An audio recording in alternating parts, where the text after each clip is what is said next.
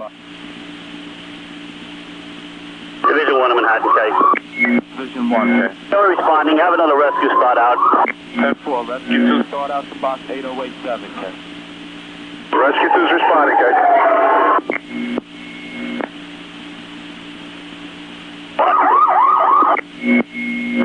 418 to Manhattan, case. Rescue 1 to Manhattan, what do you have in on this?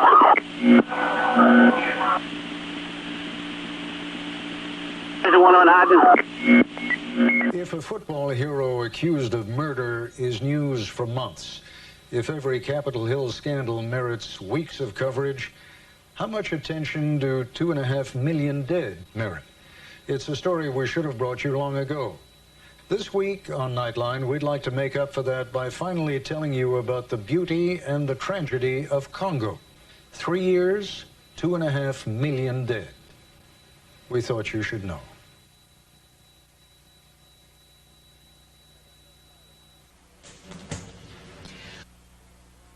This has been an ABC7 Eyewitness News special report.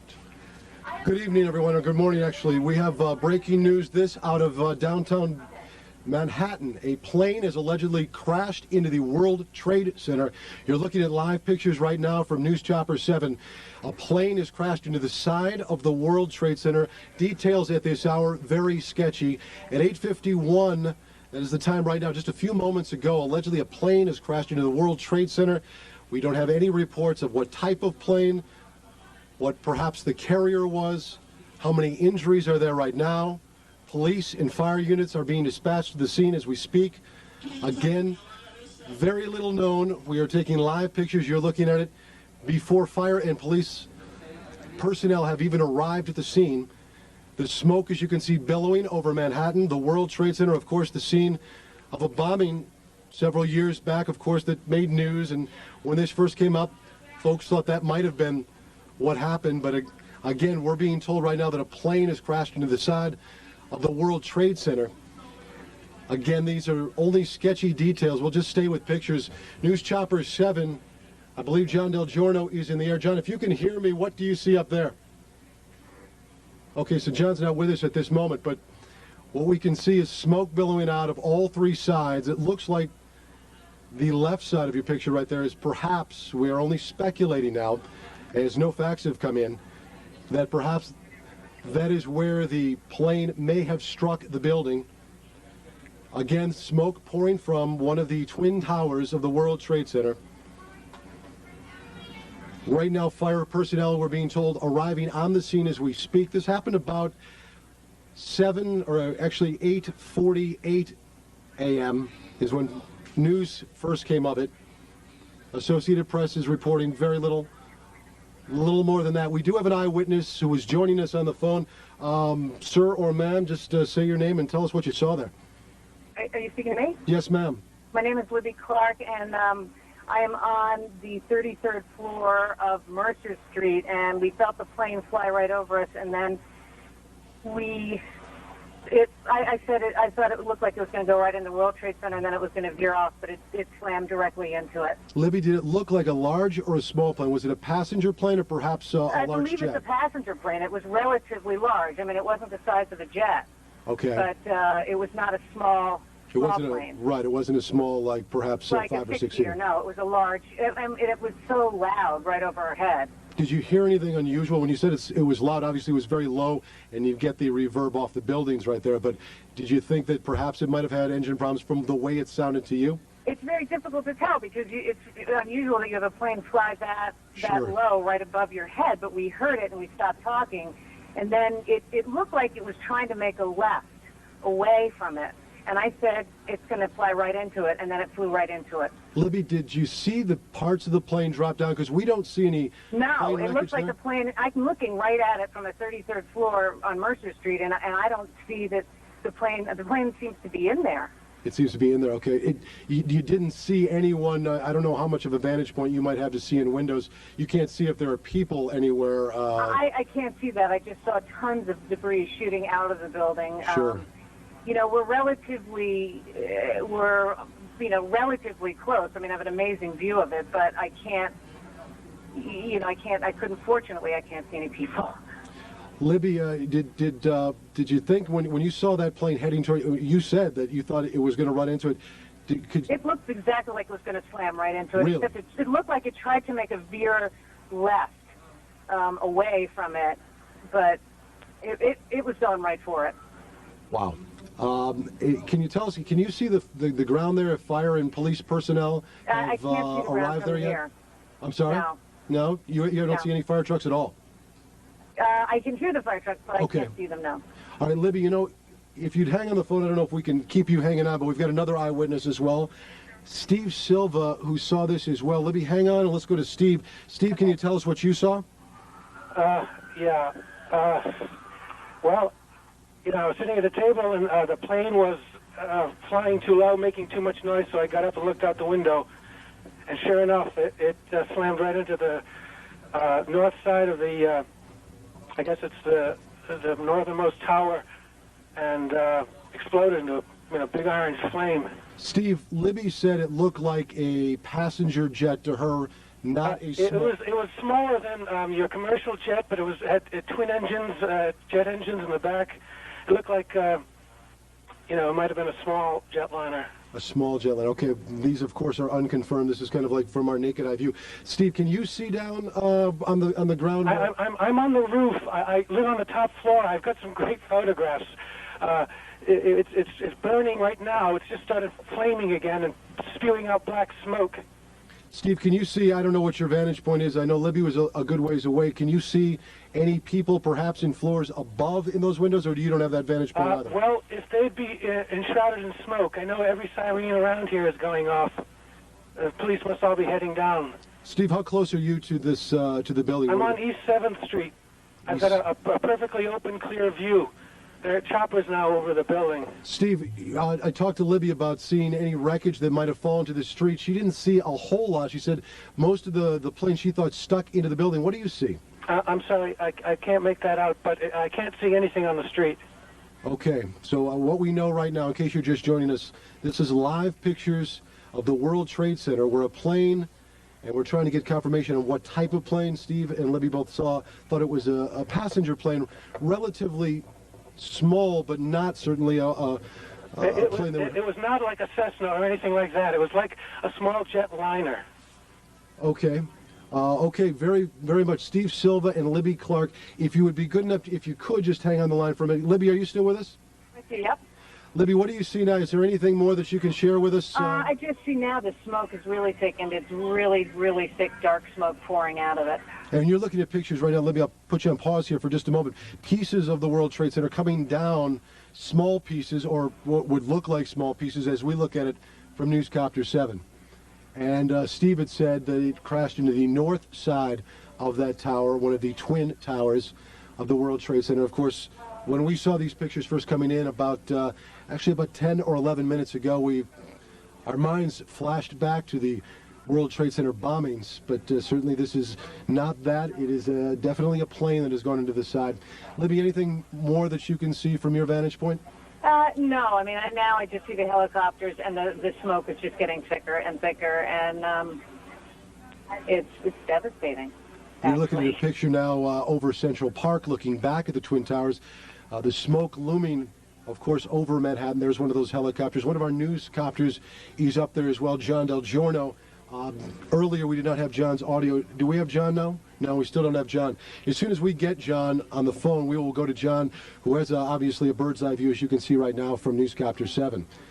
Smoke again billowing. We have no reports of injuries. Fire and police personnel arrived on the scene. They are at the scene right now. Very difficult, of course, to put a fire like this out, I would imagine, because you can't really knock it down from below, and certainly knocking it down from above at this point, if the entire upper floors there are encased in flames, would be difficult. Steve, are you still with us? Yes. Yes. Hello, yes, I'm here. Okay, Steve, hang with us. We're going to go to another eyewitness, Sandra Rodriguez. Sandra, are you there? Sandra, can you hear me? Yes, I can. This is Steve Bartlestein, Eyewitness News. Can you tell us what you saw? Okay, I'm over here in the South Bronx, and I was up on the roof, and the plane came right over my roof. And it was up at a pretty good height, like it was a normal flight.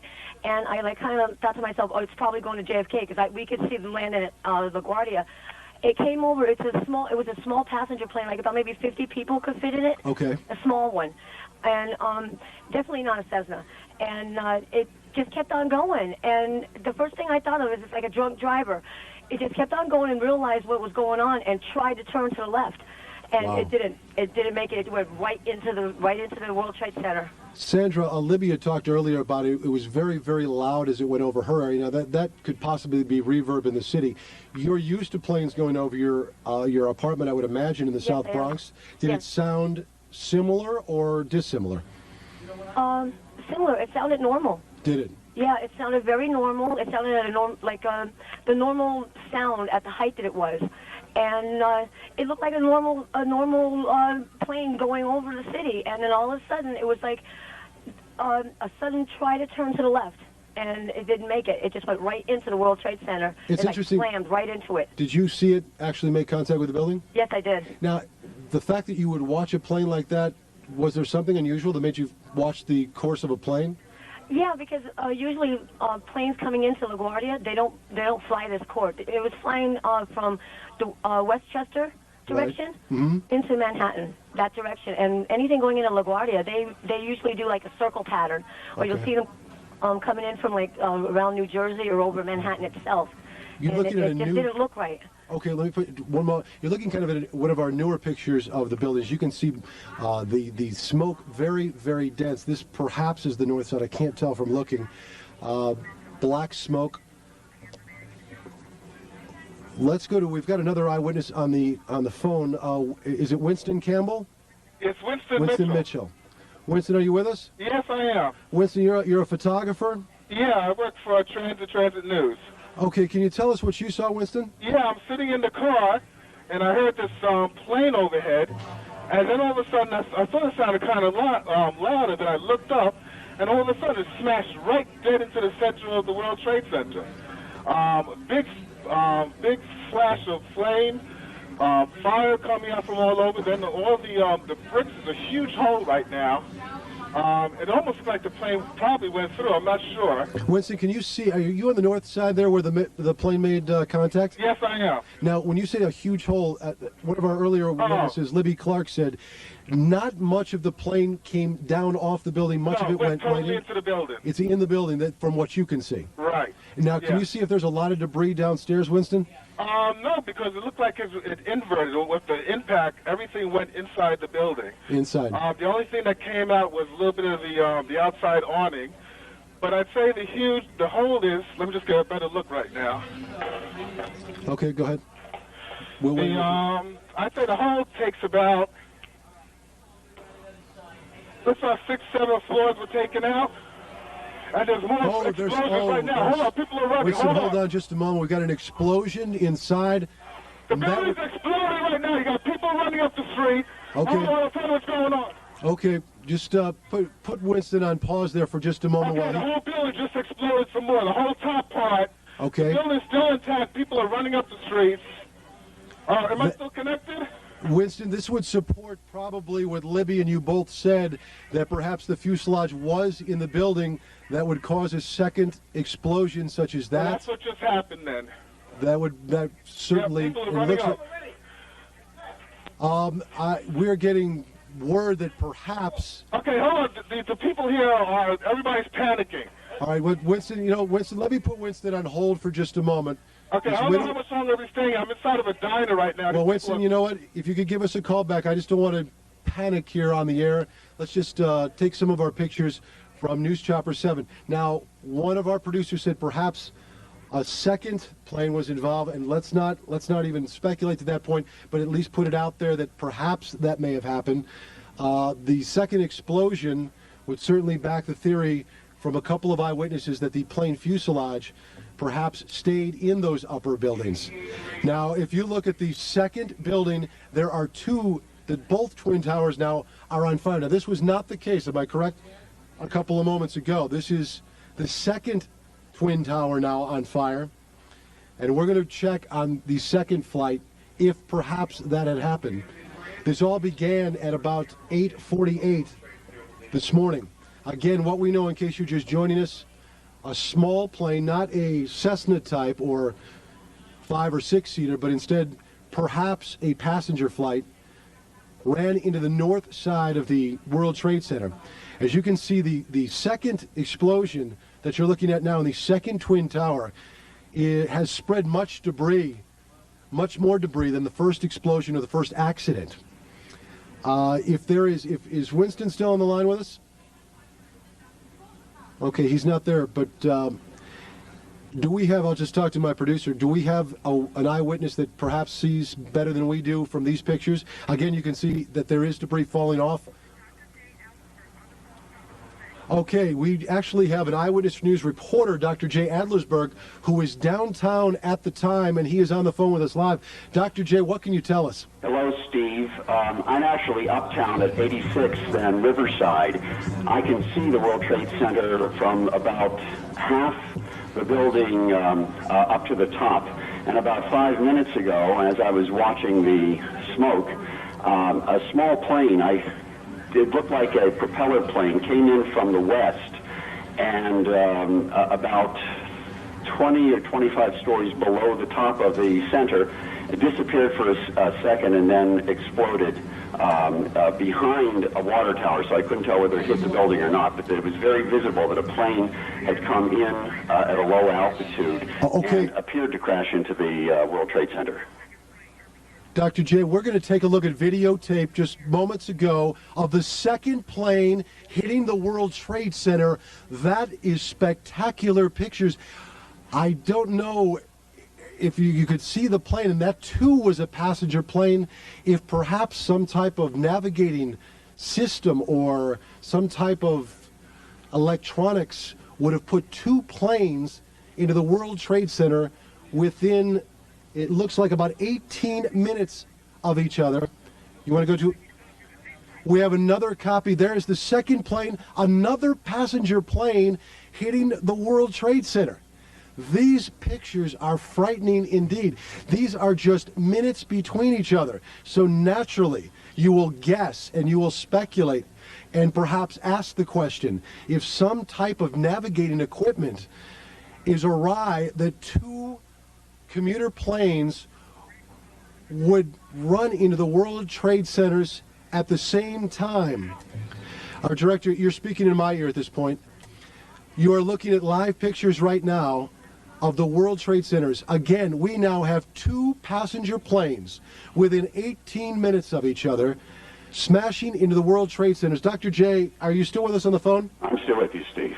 Dr. J, this is just frightening pictures indeed, and I would assume, or you would naturally think, that when there is a tragedy such as this, you would even avert that area even more.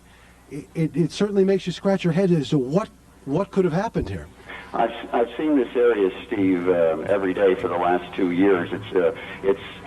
I've never seen either a passenger plane, a helicopter, or a large jet approach the World Trade Center at that level. This strikes me as being very strange.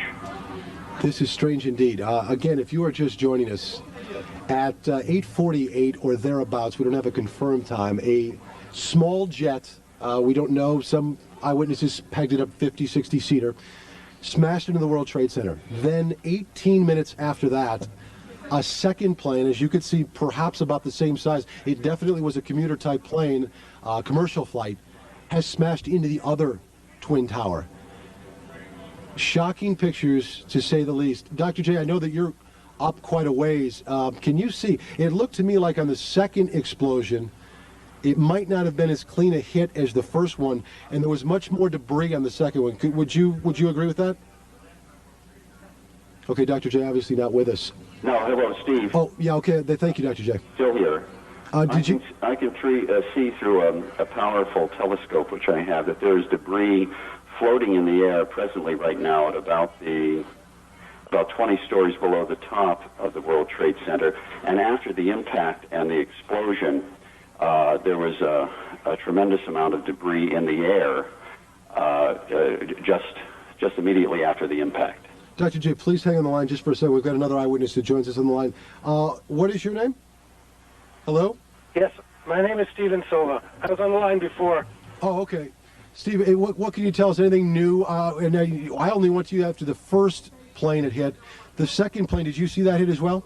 I was standing here holding the telephone. I saw its approach to the southern tower and the southern face of the southern tower. I saw it approach, and I said, oh, my God, it's going to do it again, and it did it again. You're looking at videotape right now. This is the live picture. I'll bet is the second one that passed either between or to the right side. I can't tell from this angle. Two passenger planes have now collided with the World Trade Center. And you can see the pictures now. Steve, can you tell us anything new about what you saw in the second impact? Yeah, the second impact threw out a lot of debris right through the building, out the opposite side on the north face of it. It just threw out all manner of confetti like shrapnel.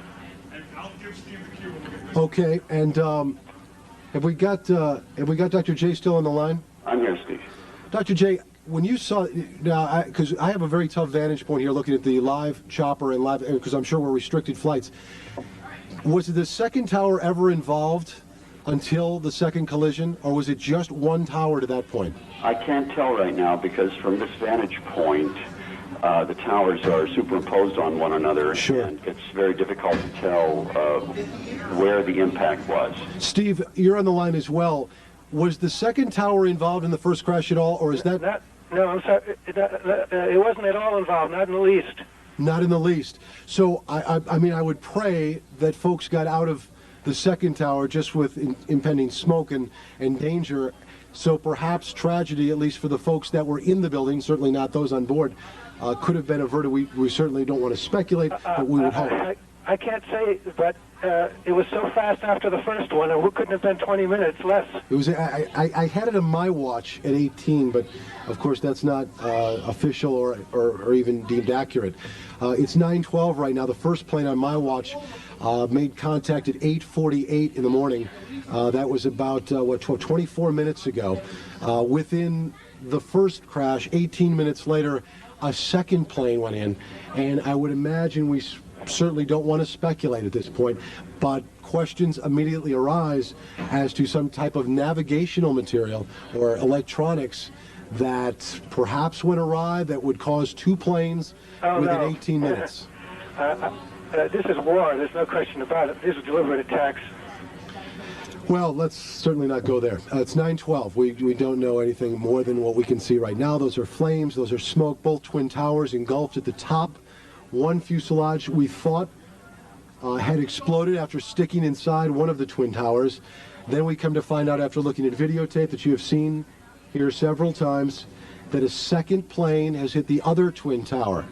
Both twin towers in New York City right now fully engulfed from the top floors up, smoke looming. I would certainly hope at some time, folks, we can go to John DelGiorno because John knows a lot about flight. Okay, I'm just being told that our electronic gear that transports John's voice signal is located at the top of the World Trade Center. So that's going to be a problem getting to John. If John wants to feed us any information through our producer's desk via phone, certainly, John, I could use the help here on your knowledge of flight. Information that we have right now, that is certainly speculation, but it is all that we know, is that two planes have made contact, one with the North Tower, one with the South Tower. We don't know how many people are injured at this point. We know that fire and medical personnel are on the scene. We know that this is probably one of the worst tragedies, certainly, that New York City has seen since perhaps the World Trade Center bombing. We know nothing about whether the people got out of the second tower before the second bit of contact. Dr. J, can you add anything from what you see, sir? All I can say, Steve, is that I can see both.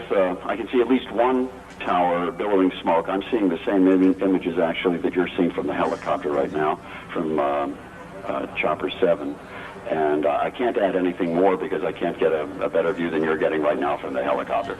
Okay, if we could even make a plea to, if there is a commercial pilot that is perhaps watching our broadcast at this time that might be able to shed some information on what may have gone wrong, what could have gone wrong, what he might have seen. in the second jet contacting the second tower. Of course, pictures aren't available of the first accident, which occurred in the north tower. The second, as I'm told, is in the south tower. You're looking at another live picture from Newscopter 7, debris, flames.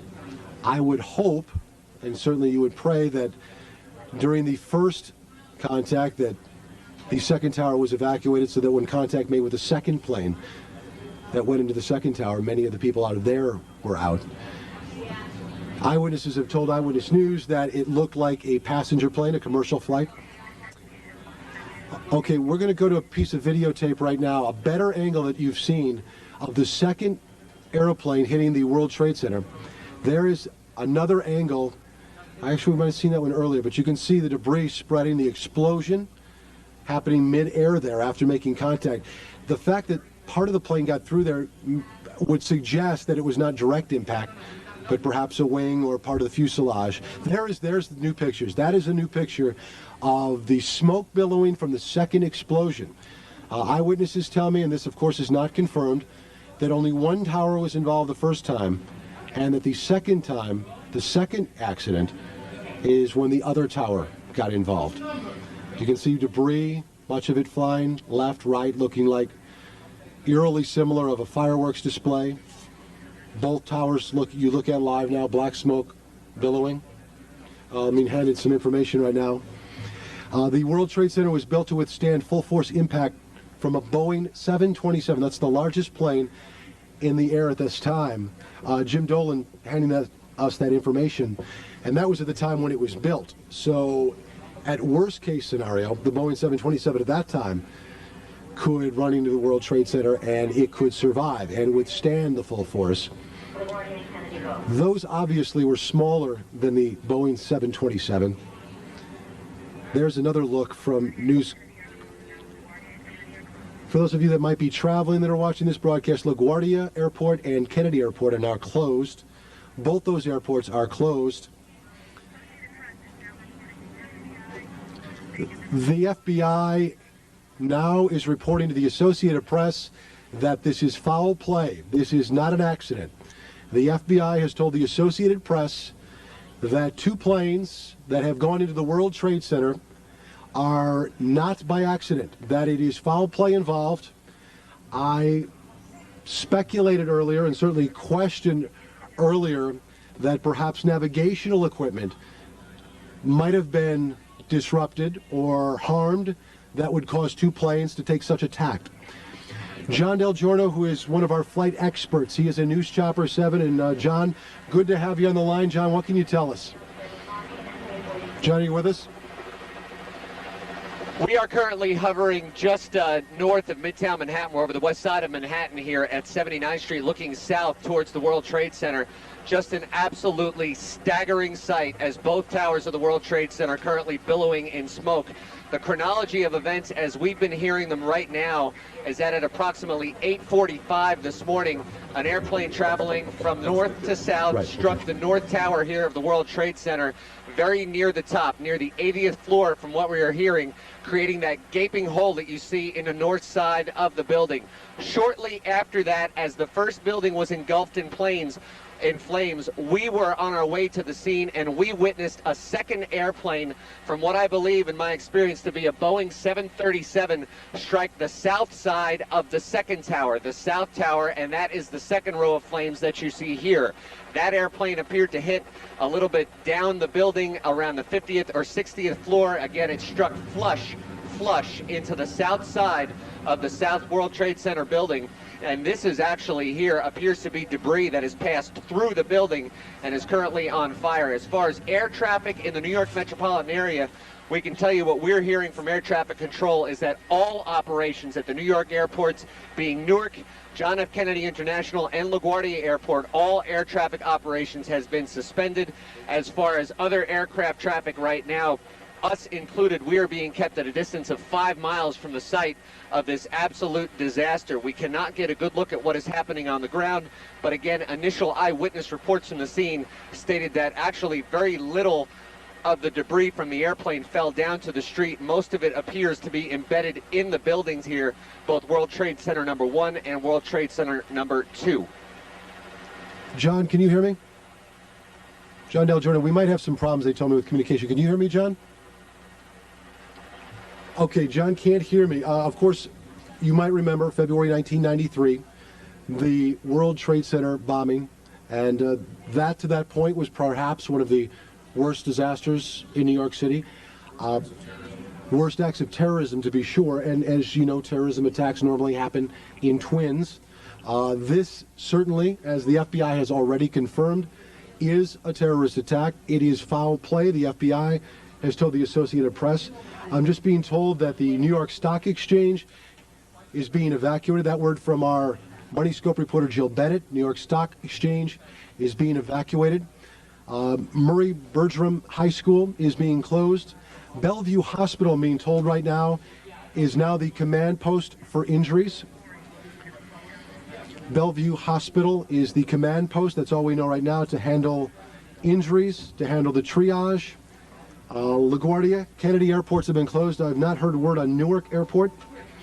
8:45 is the time of the first accident. We've had it about within 3 minutes, and then that would make it 21 minutes later. A second plane, as John said, with his flight experience, a Boeing 737 striking the South Tower. The other, of course, the North Tower. Information being handed to me right now, if you pause just for a moment. A senior government official speaking on condition of anonymity said the agency, right now, the FBI, is pursuing reports that one or both of the planes were hijacked. These planes were hijacked and that the crashes may have been the result of a suicide mission. The source stressed that the reports are preliminary and officials do not know the cause of the crashes. It certainly doesn't look like an accident, said a second government official, also speaking on a condition of anonymity. Again, the FBI, a senior government official, speaking on condition of anonymity, said both planes were hijacked and were flown intentionally on a suicide mission into the World Trade Centers. Again, it has not been confirmed by the White House, and all three airports are now closed. All three airports now closed. We have eyewitnesses on the phone. We also have Lori Stokes, my tag team partner. Lori, why don't you give me a break right here and bring us up to date with anything that you might know, and I'll be down there in a moment. All right, to reiterate, Steve, and also to just recap and to add some more information, as we've heard some witness accounts as this happened at 8:45. One eyewitness saying that they noticed that they saw one plane that was listing back and forth from wingtip to wingtip shortly before it apparently did crash into the north side of building number 1. And then, as John DelGiorno just talked about a few minutes ago, from his eye and his expertise, being able to tell it was a Boeing 737 was apparently the second aircraft that went into the second tower on the south side. As we also understand, as you also talked about, Steve, just minutes ago, all operations according to the New York metropolitan area, as far as flights coming in, going out, that would be Newark,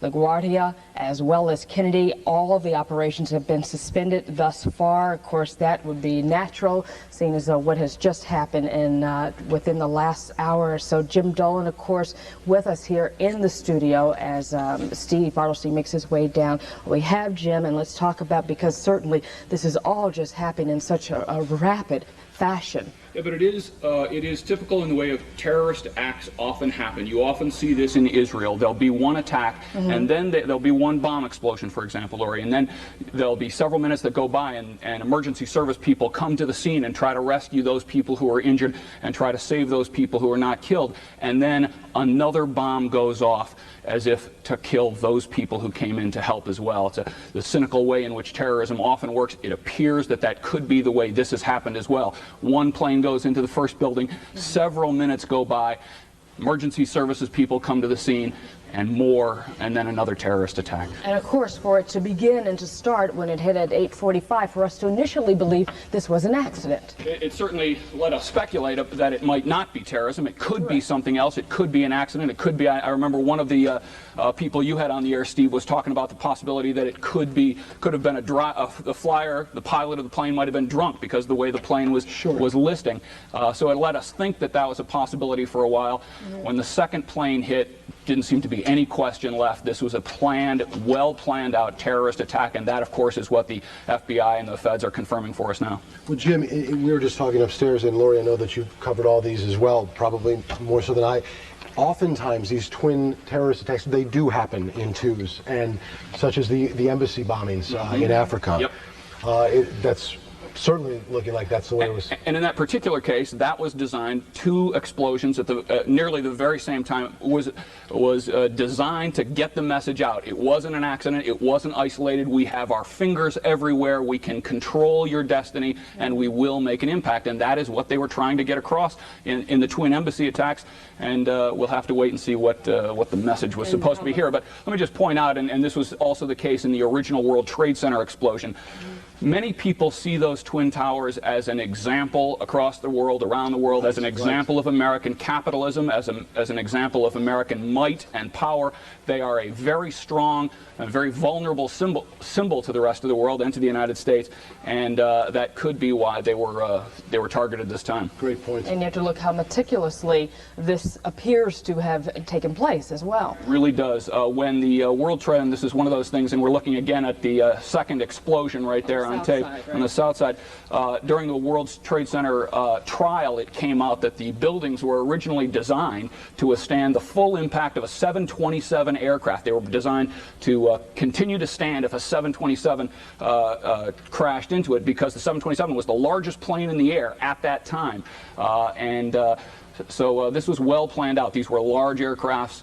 It was not a mistake. And just think of how expensive this operation was. Very few terrorist organizations could afford that. Immediately, and not to speculate, but immediately Osama bin Laden has got the money to do something like that. But you automatically think, I would imagine, asking both of you the question, there are very few countries that plan suicide attacks. They may have other forms of terrorism. Suicide attacks would certainly send intelligence to certain parts of the country if they didn't have it already. Osama bin Laden, of course, is the former Afghan freedom fighter, a billionaire by all accounts, who is maybe #1 on America's list of terrorism exporters.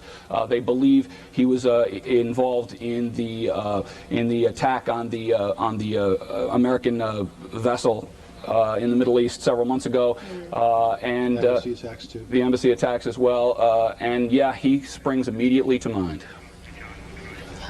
We have also, let's go back to John DelGiorno. John, you're still obviously having to keep your distance, but bring us up to date. John, are you there? John is certainly can hear. He's taken our signal, they were telling me, off the radio. All right, we're understanding Once again, we're live over the west side of Manhattan. We're up around 79th Street, about 5 miles north of the World Trade Center. And again, to recap the events here this morning as we are assembling them, mostly from eyewitness reports, one of our sister helicopters for Metro Traffic was flying in the vicinity here around 8:45 this morning when the pilot witnessed an airplane crash into the north tower of the World Trade Center. That airplane was traveling from north to south, and the pilot believes that it was an ATR aircraft. That's a commuter-type airplane. It's a twin-engine prop airplane that can carry anywhere between 50 people up over 100 people for that aircraft. That airplane crashed flush into the north side of World Trade Center, of the north building of the World Trade Center, and the building proceeded to go up in flames. The top 20 floors of the building currently engulfed in smoke. Approximately 15 minutes after that occurred, we were en route to the scene, and an airplane passed over our head from south to north, and this was a Boeing 737 aircraft that crashed flush into the south side of the south building. So we have 2 airplanes that struck each building of the World Trade Center. The north building was struck on approximately the 80th floor. My estimation is that the south building, which is what you're looking at now, that was struck at approximately between the 50th and 60th floors. Again, initial eyewitness reports said that these first airplanes, the first one flew directly over Manhattan and right into the north face of the World Trade Center building. Meanwhile, these fires obviously very difficult to extinguish for the fire department. I'm not even sure if they can get equipment up that high in the building. This smoke, obviously, on a beautiful clear day in Manhattan, is visible for miles and miles around. It is also worth noting that as far as we can tell, the airspace around New York City, as far as commercial traffic goes, that airspace has been shut down. All operations at Newark International Airport, John F. Kennedy International Airport, and LaGuardia Airport, those operations have been they've been ground to a halt by the FAA. Also, Teterboro Airport for local commuter traffic, that has been closed down as well. So it appears as though all air traffic in the vicinity is immediately shut down. The fires continue to burn out of control in World Trade Center number 1 and World Trade Center number 2. John, let me ask you a question. You had said the 737, pardon me on my ignorance. How many folks does that seat, do you know? 37 aircraft, and you'll have to forgive me because I'm working on the radio equipment to hear your questions, because obviously much of the media equipment in New York is based right here in the World Trade Center. So a lot of the local TV signals, radio signals, two-way radio, AM, FM channels, many of those signals in New York City have... 2 airplanes. All right, right now we're going to interrupt. We're going to go to the president. He's talking about what has just happened. In Let's an listen. apparent terrorist attack on our country. I have spoken to the Vice President, to the Governor of New York, to the Director of the FBI, and I've ordered that the full resources of the federal government go to help the victims and their families, and to conduct a full-scale investigation to hunt down and to find those folks who committed this act. Terrorism against our nation will not stand. And now, if you join me in a moment of silence.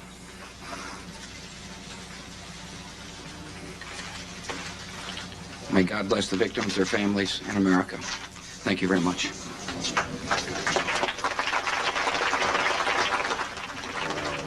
President clearly shaken, I think one can say, confirming what we think we all knew, which was that 2 aircraft in an act of terrorism crashed into the twin trade towers. Nobody was quite certain about the first one at the very outset, but the president absolutely, having talked to the Vice President, the Governor of New York, the Director of the FBI, now believing and confirming that we have 2 terrorist attacks on the World Trade Center, and the President saying the 2 things which a President must say at a moment like this.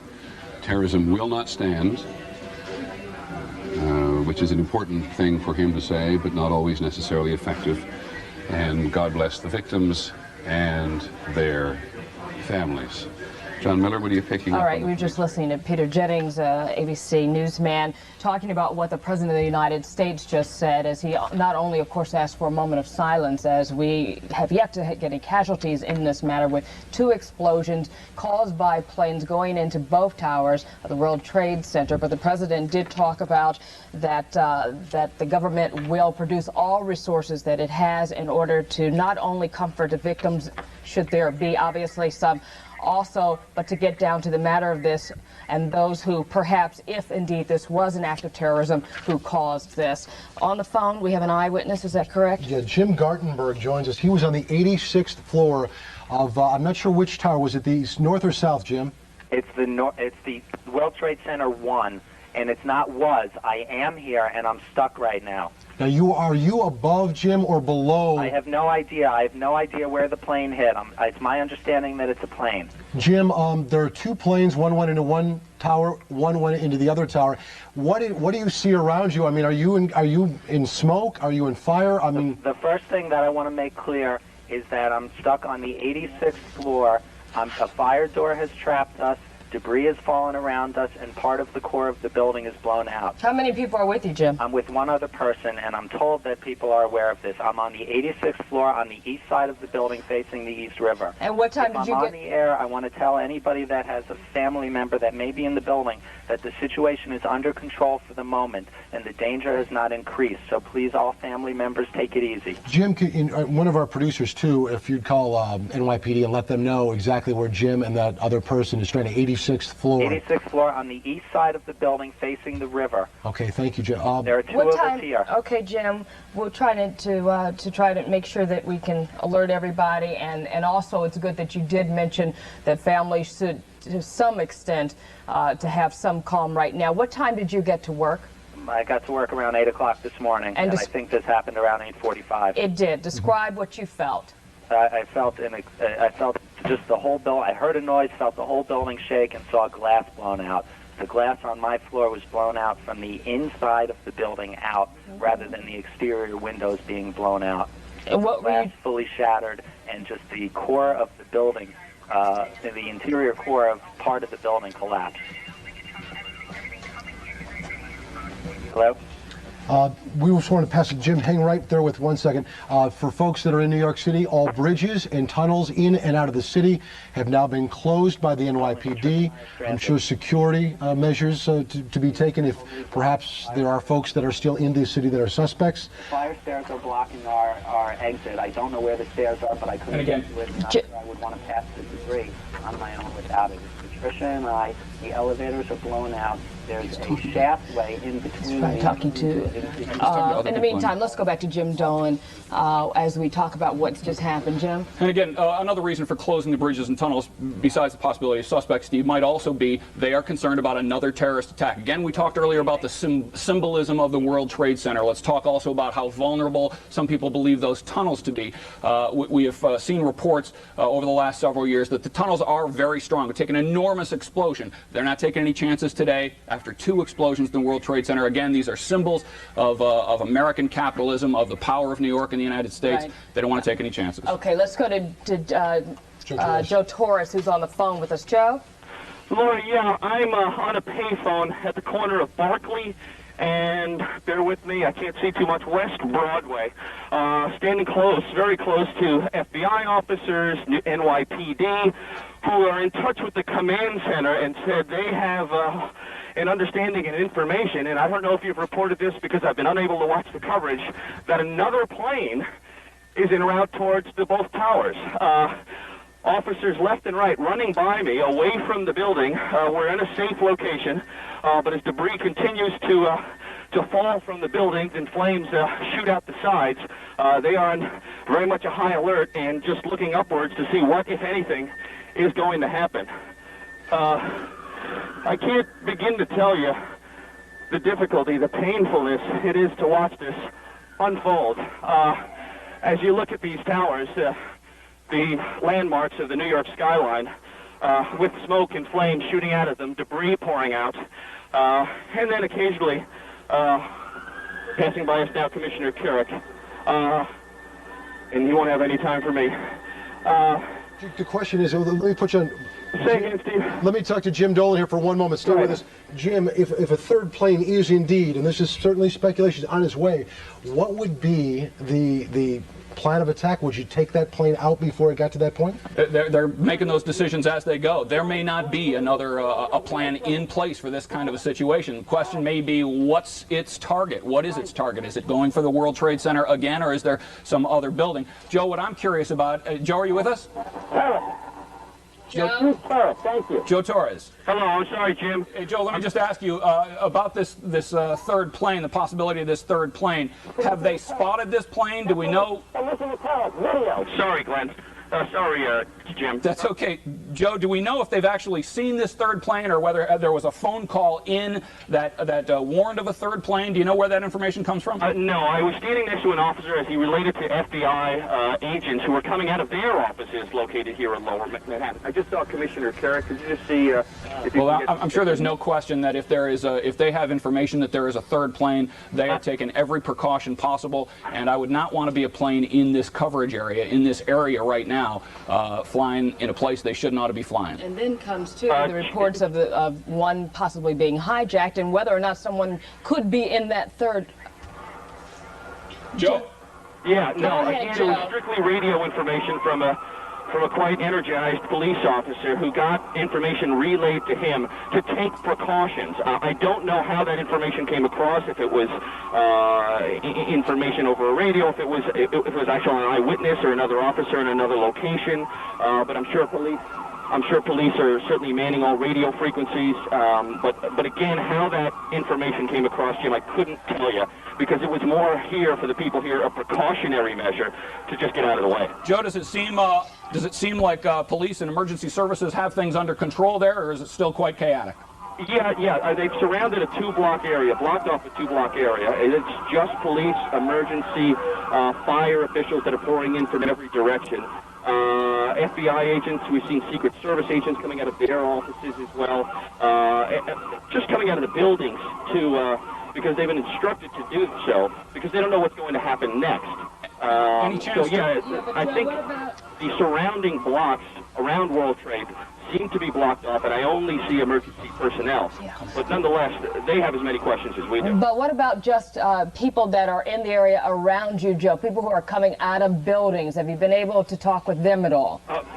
We've talked to only a few because either most had not made their way to the offices or had gone out through another entrance. Keep in mind, it's very difficult for us to move around. We get to a location where we can get the most information. We kind of stick where we are. And then, of course, we've got numerous police officers telling us where to go and where not to go. So we're just trying to stay close to NYPD, close to FBI, because if we know we're close to them, then we are safe as well. All right, Joe, hang in there for 1 second. We want to go to Nina Pineda. The office buildings have come out. We've seen a few. We talked to one gentleman also briefly. Said he worked in World Trade, was down in the lobby at the time of his explosion. Talked to us for 2 seconds before he couldn't go on any longer because he felt his colleagues were upstairs and was wondering about their... All right. Thank you, Joe. Hang with us there, Joe, for a moment. Daily population just handed this note, 50,000 to 70,000 workers in the World Trade Center at any given time. That's certainly what the average is. Nina Pineda standing by at Broadway and Chambers, I believe. Nina? Steve, and we were just moved back about 3 blocks. We were right near the World Trade Center when police in riot gear practically started pushing the crowd back and screaming there was going to be another explosion. They were having reports that there was another plane in the air. It was truly a scene of chaos and panic as they tried to move the crowds back. People have been crying in the streets. There are no phone services down here. People cannot use their cell phones. They can't use their walkie-talkies.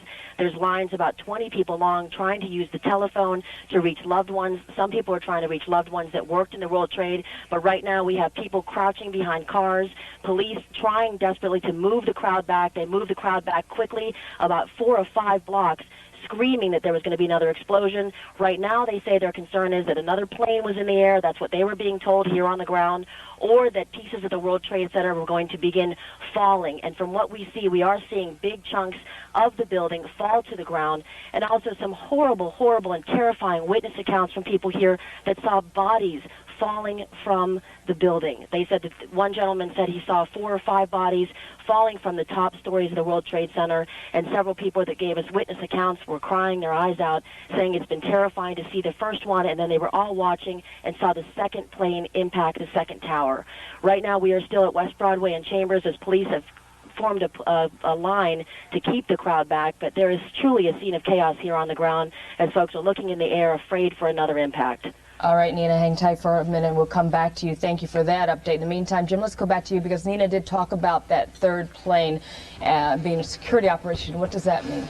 I'm sorry, I was trying to get information about the cause of this crash, and what we are hearing right now, excuse me, Lori, for not answering your question, but let me get right to this. Jim, let me just, we just got word from the first plane. It was hijacked from Boston. That's what you were asking before. I was. So the first plane is hijacked from Boston. And also we want to point out that that third plane that we have talked about was apparently not, it was a security vehicle, it was an airplane vehicle. Let me just tell you real quickly, you know what, I'm going to interrupt you. We're going to go to ABC Network right now for the very latest. Let's listen. We did not hear it. In fact, we were trying to figure out from the White House what security precautions they were taking around the White House in the wake of the apparent attacks on the World Trade Center, and we suddenly just saw the smoke rising from behind the old executive office building. We have people on their way there now, but it's like nothing I've ever seen. I mean, we've never seen that kind of smoke coming from anything that would ordinarily occur here. I must also tell you, Claire, I think if you think about what's behind the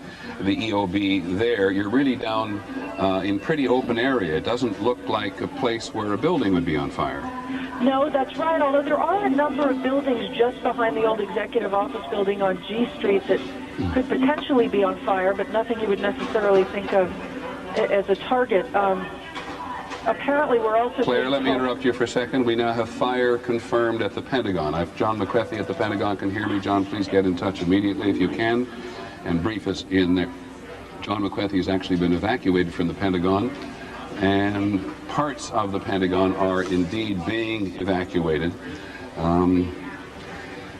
want to hold our breath here, it just seems to me, for a second, and not get into a mode that the country is under attack. But we now have 2 attacks on the Twin Trade Tower Center. U.S. buildings, city buildings completely evacuated in New York City. we have this mysterious black smoke at the southwest corner of the White House, which is to say there's something going on behind the old executive office building. We now have a report that fire has been confirmed at the Pentagon. ABC's John McWethy, our Pentagon correspondent, who's been plugging in as quickly to the intelligence and counterintelligence units there this morning, has been temporarily evacuated. But that is as much as we know for sure at the moment. John Miller, go back to what you're hearing on your nets. Actually, it's interesting. In New York City, they're reporting on what we're seeing here also, essentially trying to tell everybody that heightened security is important now. John, I apologize. There's a lot of us here. What are we listening to there? Say again. Say again, please. Come here, John. Constantly reporting that bomb squads are checking out Air Force One. Good. Try to correct. So we have bomb squads. I think you're going to see a lot of this, and I think we were talking about this a few minutes ago. In fact, when I was telling you that in New York they were evacuating the municipal building, the United Nations, Gracie Mansion, which is the mayor's residence, all potential targets, I suggested to you that shortly in Washington you'll probably be seeing the same kind of reaction at sensitive symbolic locations. And apparently that's become more than a concern, but perhaps a reality. Okay, we do know, or at least the Associated Press is now reporting, that an aircraft crashed near the Pentagon, and the West Wing of the White House, as Claire Shipman told us, was evacuated amid these threats of terrorism.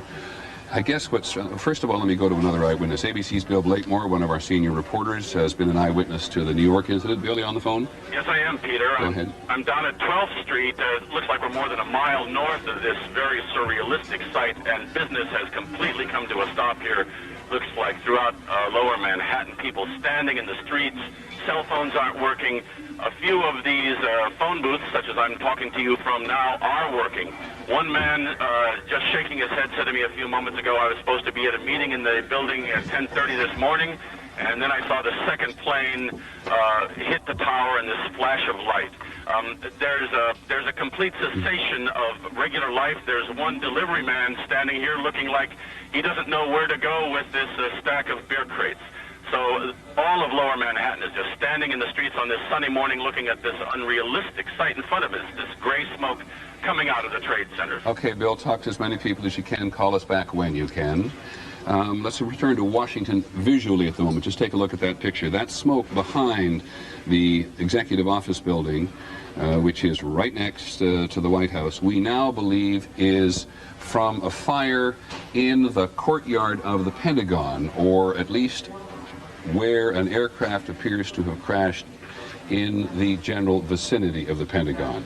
And now the Pentagon is southwest from the White House across the Potomac River, and what we think we may be seeing there, emphasis on think, is smoke in the distance rather than immediately behind the Pentagon.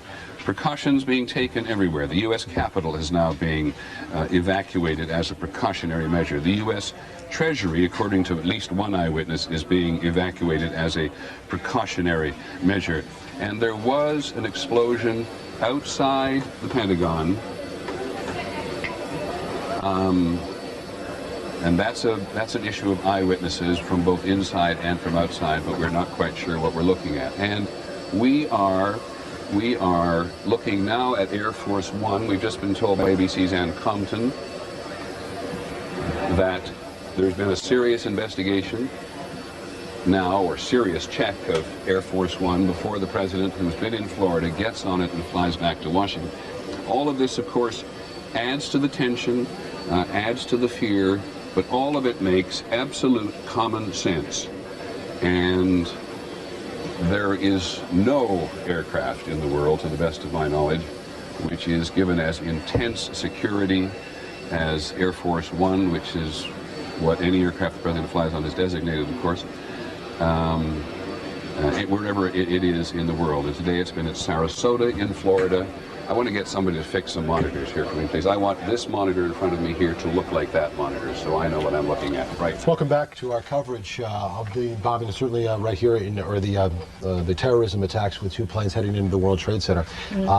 The west wing of the White House, I've just told, was just been evacuated just now. So that brings us up to date. And Jim Dolan, you started to talk about what... This also, after a plane going into the Pentagon, right. That report that we're getting. So the nation's capital is also being rocked by this at this moment. Jim, before we went to the network, you were continuing a thought. We just wanted to report that Abu Dhabi Television is reporting today, this morning, that a group called the Palestinian DXLP is taking credit, is taking responsibility for these two attacks on the World Trade Center. It is the Palestinian Front for the Liberation of Palestine. It's a group with a history of violence, and they are taking credit. We want to point out that there's no confirmation that they were responsible for this, and they fully expect other groups will come forward to talk about this and to take credit for it, to take responsibility for it. But so far, the Palestinian Front for the Liberation of Palestine taking responsibility for the two attacks on the World Trade Center today. If you're just joining us, the second plane, we got information just before going to network, was hijacked from Boston, the second plane. Don't know where the first one's coming from yet. I'm sure that'll be confirmed later on. And when you talk about this particular organization, Jim, any relationship or any connection which exists to Osama bin Laden? In fact, at points at odds with Osama bin Laden, but certainly have the same general goals in mind, and certainly neither one of them any friends to the United States. But also in the past we have heard that Osama bin Laden's organization was much more well financed, much more well organized. It appears that that this group is proven that to be untrue. And of course, this day started off where our top story was this being primary day. Right. That was what everyone was talking about. So many hotly contested campaigns going on, races going on, particularly deciding who would be the front runners for the mayoral. But now Dave Evans is joining us with word of things may be shifting on that front. I just got off the phone with some executives at the Board of Elections downtown. They are considering right now, and they're researching whether this can be done, whether the primary vote can be canceled.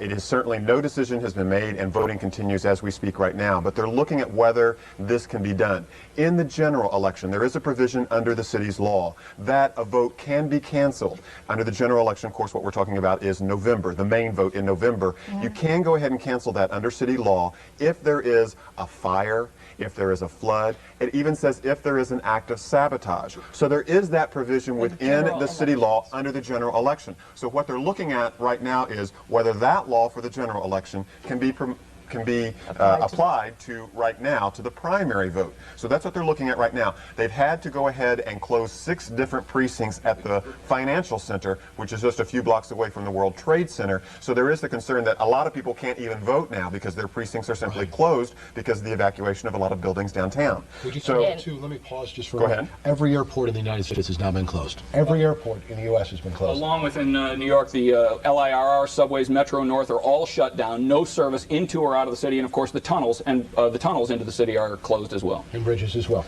Any possible vessel that could be used as another means of some type of terrorist act. Not only means, but as a target. They want to make sure that everybody is locked down for the time being to make sure everything is safe. Obviously, the tunnels, again, we keep talking about the symbolism, but the subway tunnels, again, another symbol of New York. And they want to make sure all of those are safe.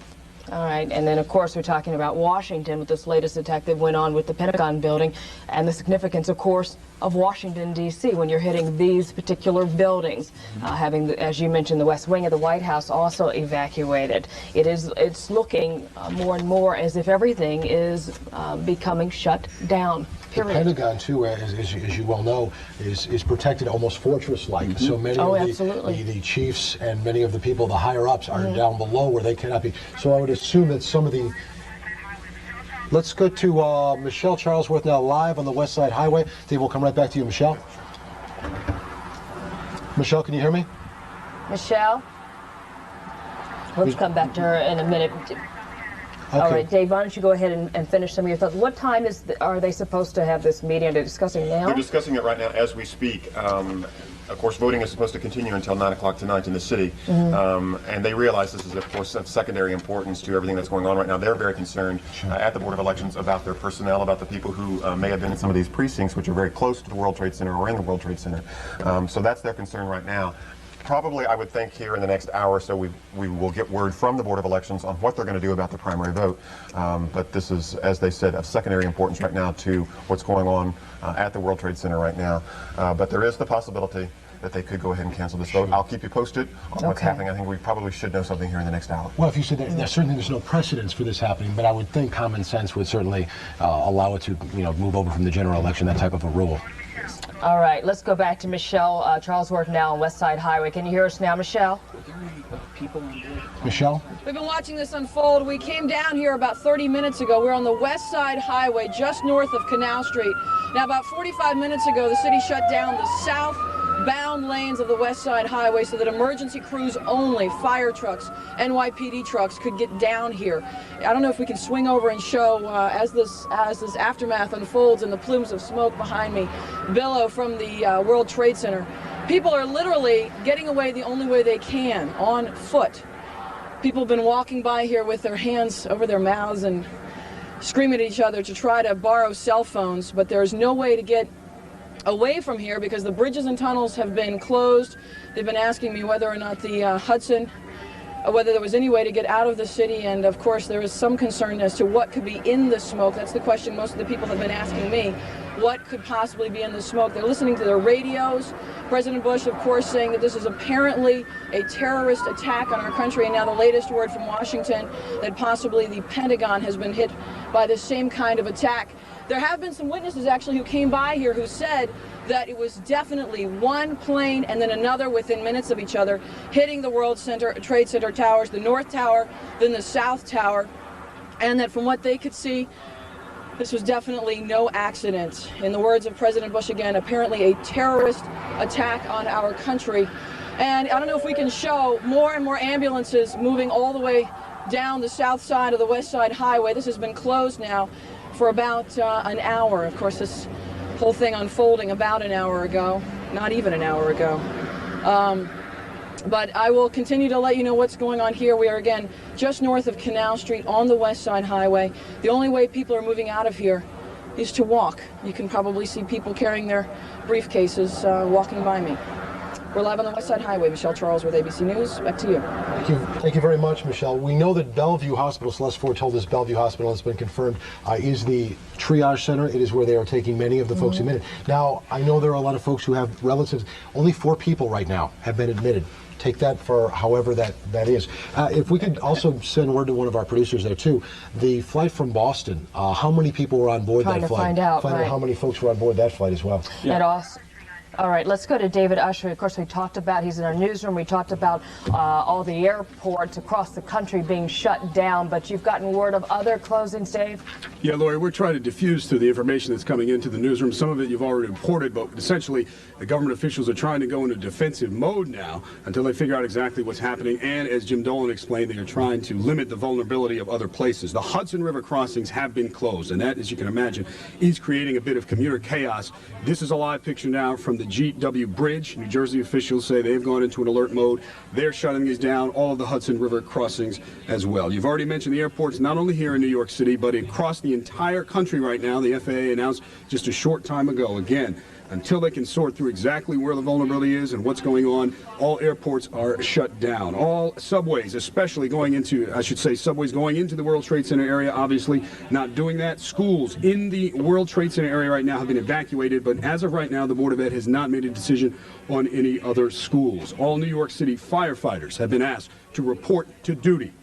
And as you've mentioned already, the stock market is closed as well. That's the latest here. We're continuing to follow all of these as they come in, and we'll get them to you and to the viewers. But the main thing right now, apparently, is to stay where you are, because as Michelle Charlesworth also mentioned, emergency vehicles coming from all over the city. We're here on the Upper West Side. We can hear them screaming down towards there on the World Trade Center, so it'll be best to just stay out of their way. Back to you in the studio. All right, absolutely. Thank you, David. I just want to go back to you, Jim, as we talk about all these various operations shutting down, from the airports to schools to the financial district, and hearing David talk about how vulnerable all of these areas are.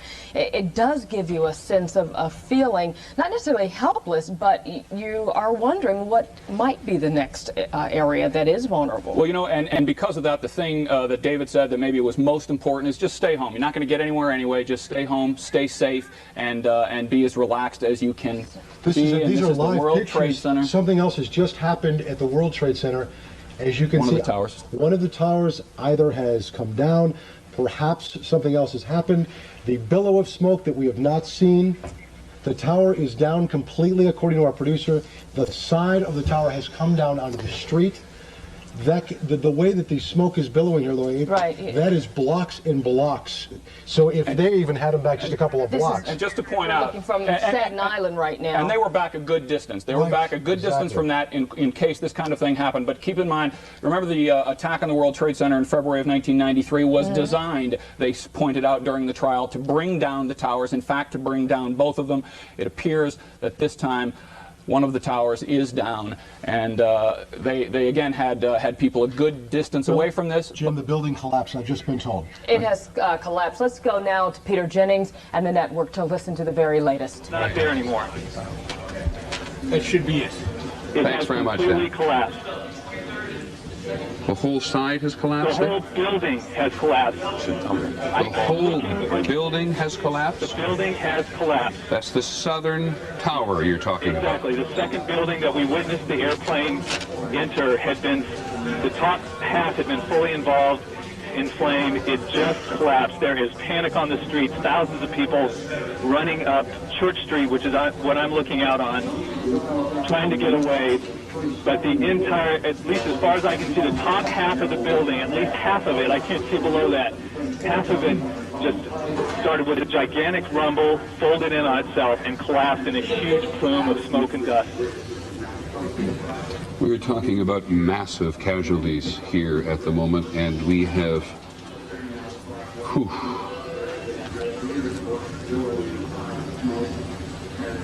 That is extraordinary. There is panic on the streets. There are people screaming and running from the site.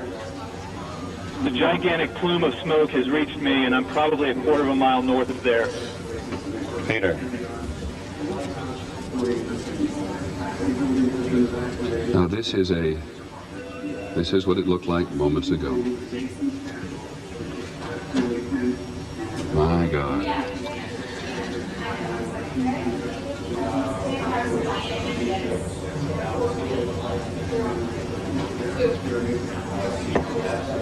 The southern tower, 10 o'clock Eastern time this morning, just collapsing on itself. This is a place where thousands of people work. We have no idea what caused this.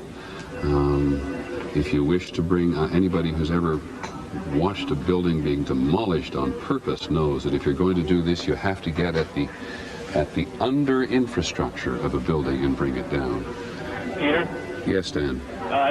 What appeared to happen from my vantage point, the top part of the building was totally involved in fire, and there appeared to be no effort possible to put that fire out.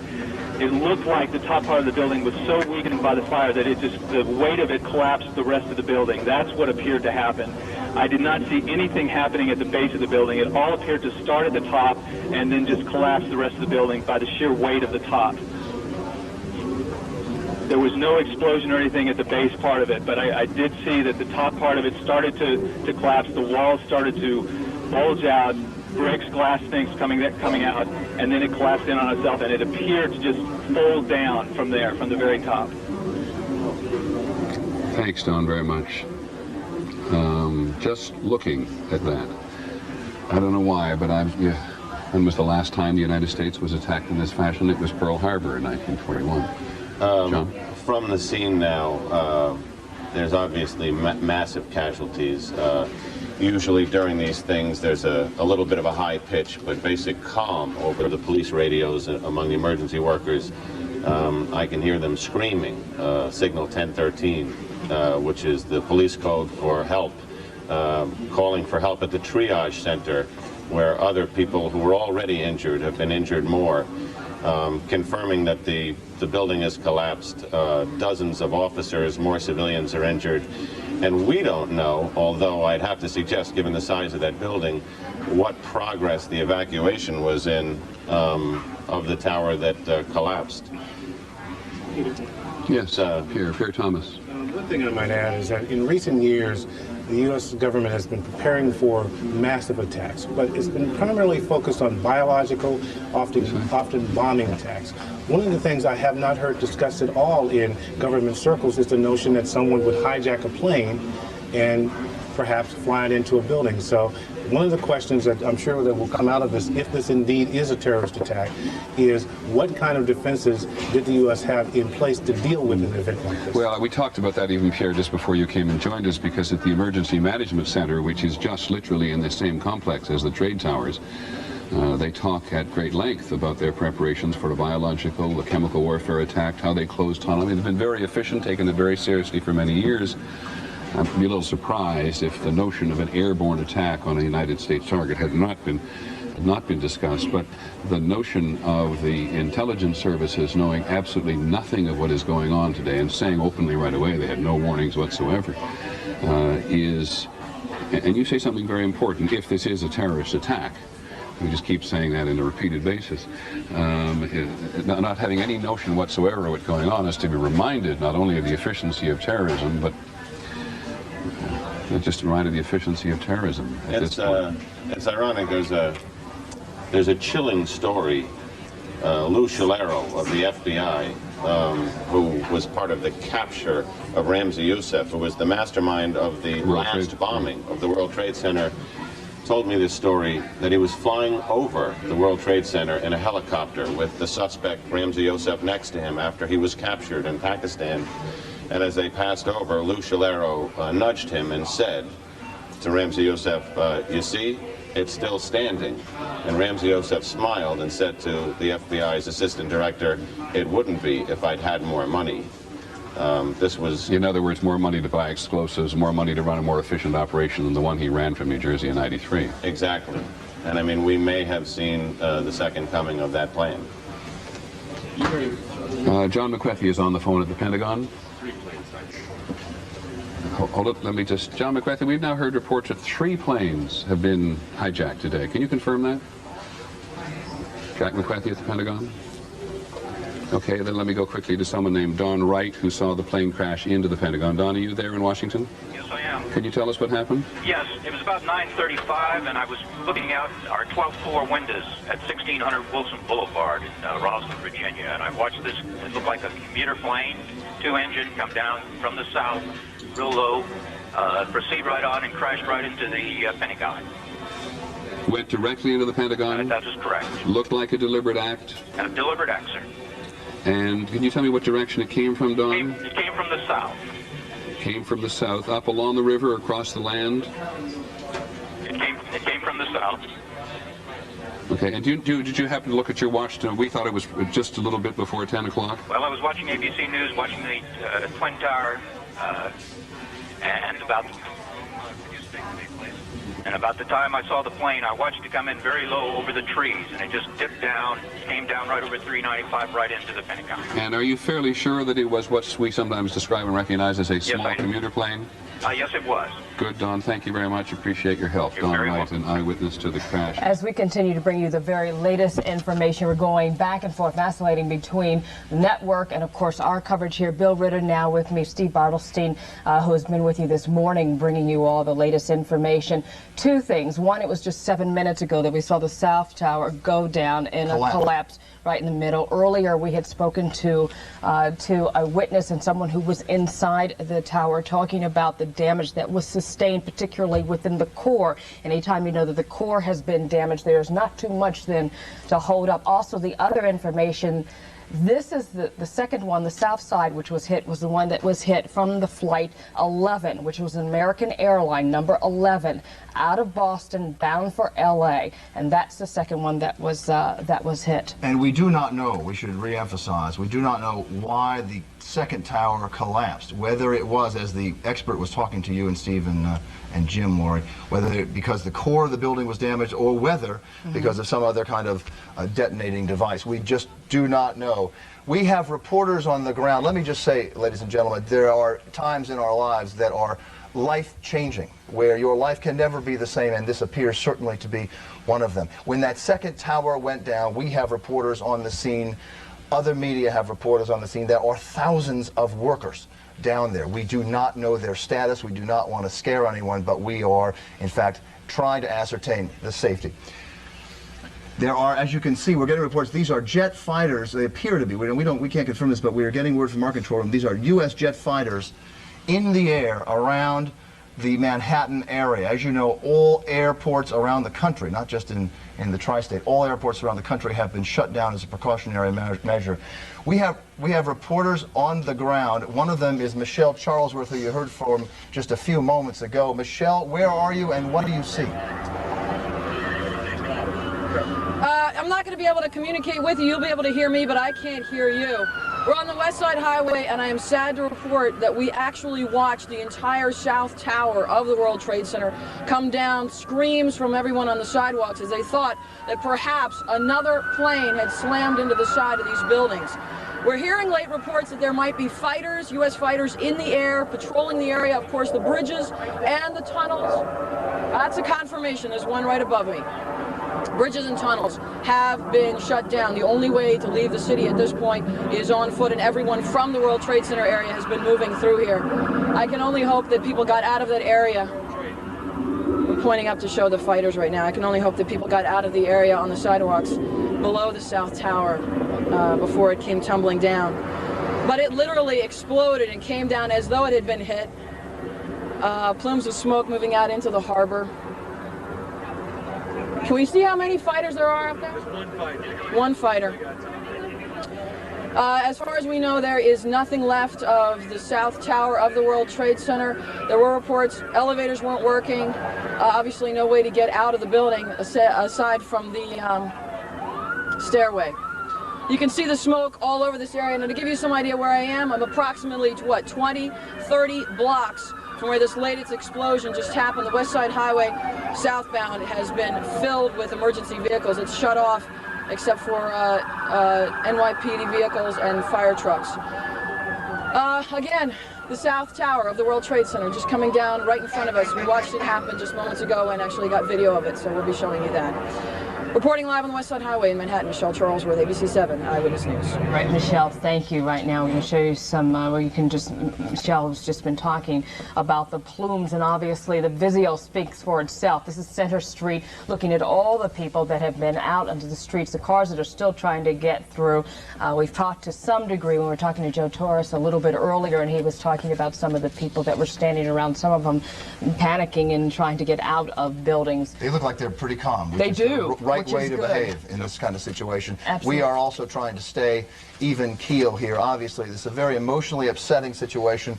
There are thousands and thousands of workers in and around that downtown area, not just in the 110-story World Trade Center. We are getting some more information as we heard the fighter, at least one fighter jet that Michelle Charlesworth saw patrolling the area. Jim Dolan is joining us here also, has been here all morning.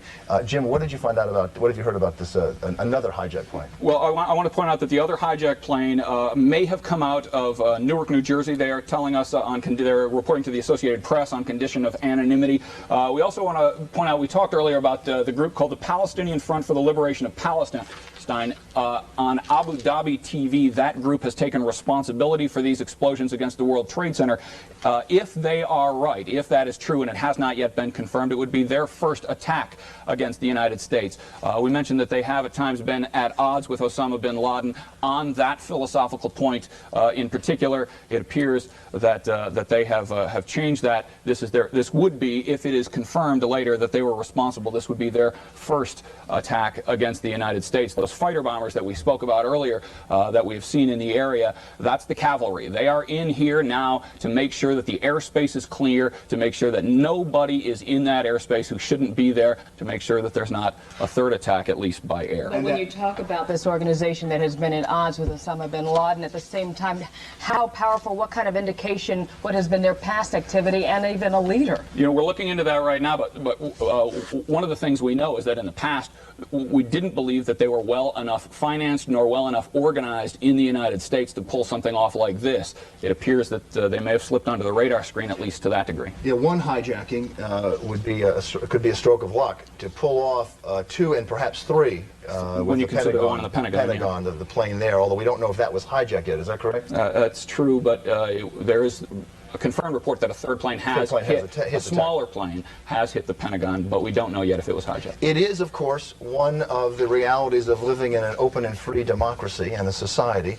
We are not patrolled all the time by the military. We do not usually see fighter pilots and fighter jets patrolling and guarding the skies over Manhattan. You're looking at a live coverage from ABC News, live picture of the Pentagon on fire. A small plane, witnesses say the tail of a plane crashed into the Pentagon about a half hour ago. Is that right, 9:35? It is, and you can see aircraft that were just flying by just a minute ago, and we also talked about the West Wing of the White House, although the president was not in it, being evacuated as well. The president is in Florida and speaking with a group of children, and earlier came on to talk about prior to this aircraft going into the Pentagon, talking about the Twin Towers and these particular accidents that just happened. We expect him to come back on.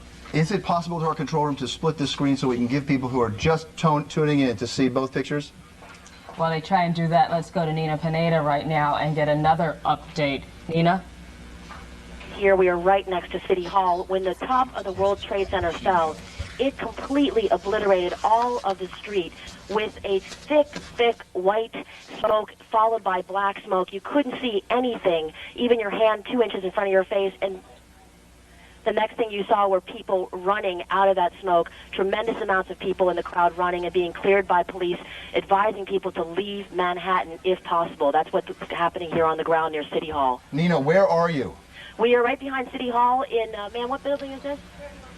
31 Chambers Street, and the police have cleared the area around City Hall as well. They're very alarmed and they're worried about something happening at City Hall, so they moved people back about 6 blocks. That people were running out of the smoke, and you couldn't see anything. The entire street was filled with smoke, and then followed by debris flying. There's the street right now is just littered with shoes, as people literally ran out of their shoes to escape the smoke and debris. Do you see any injuries on the ground there, Nina?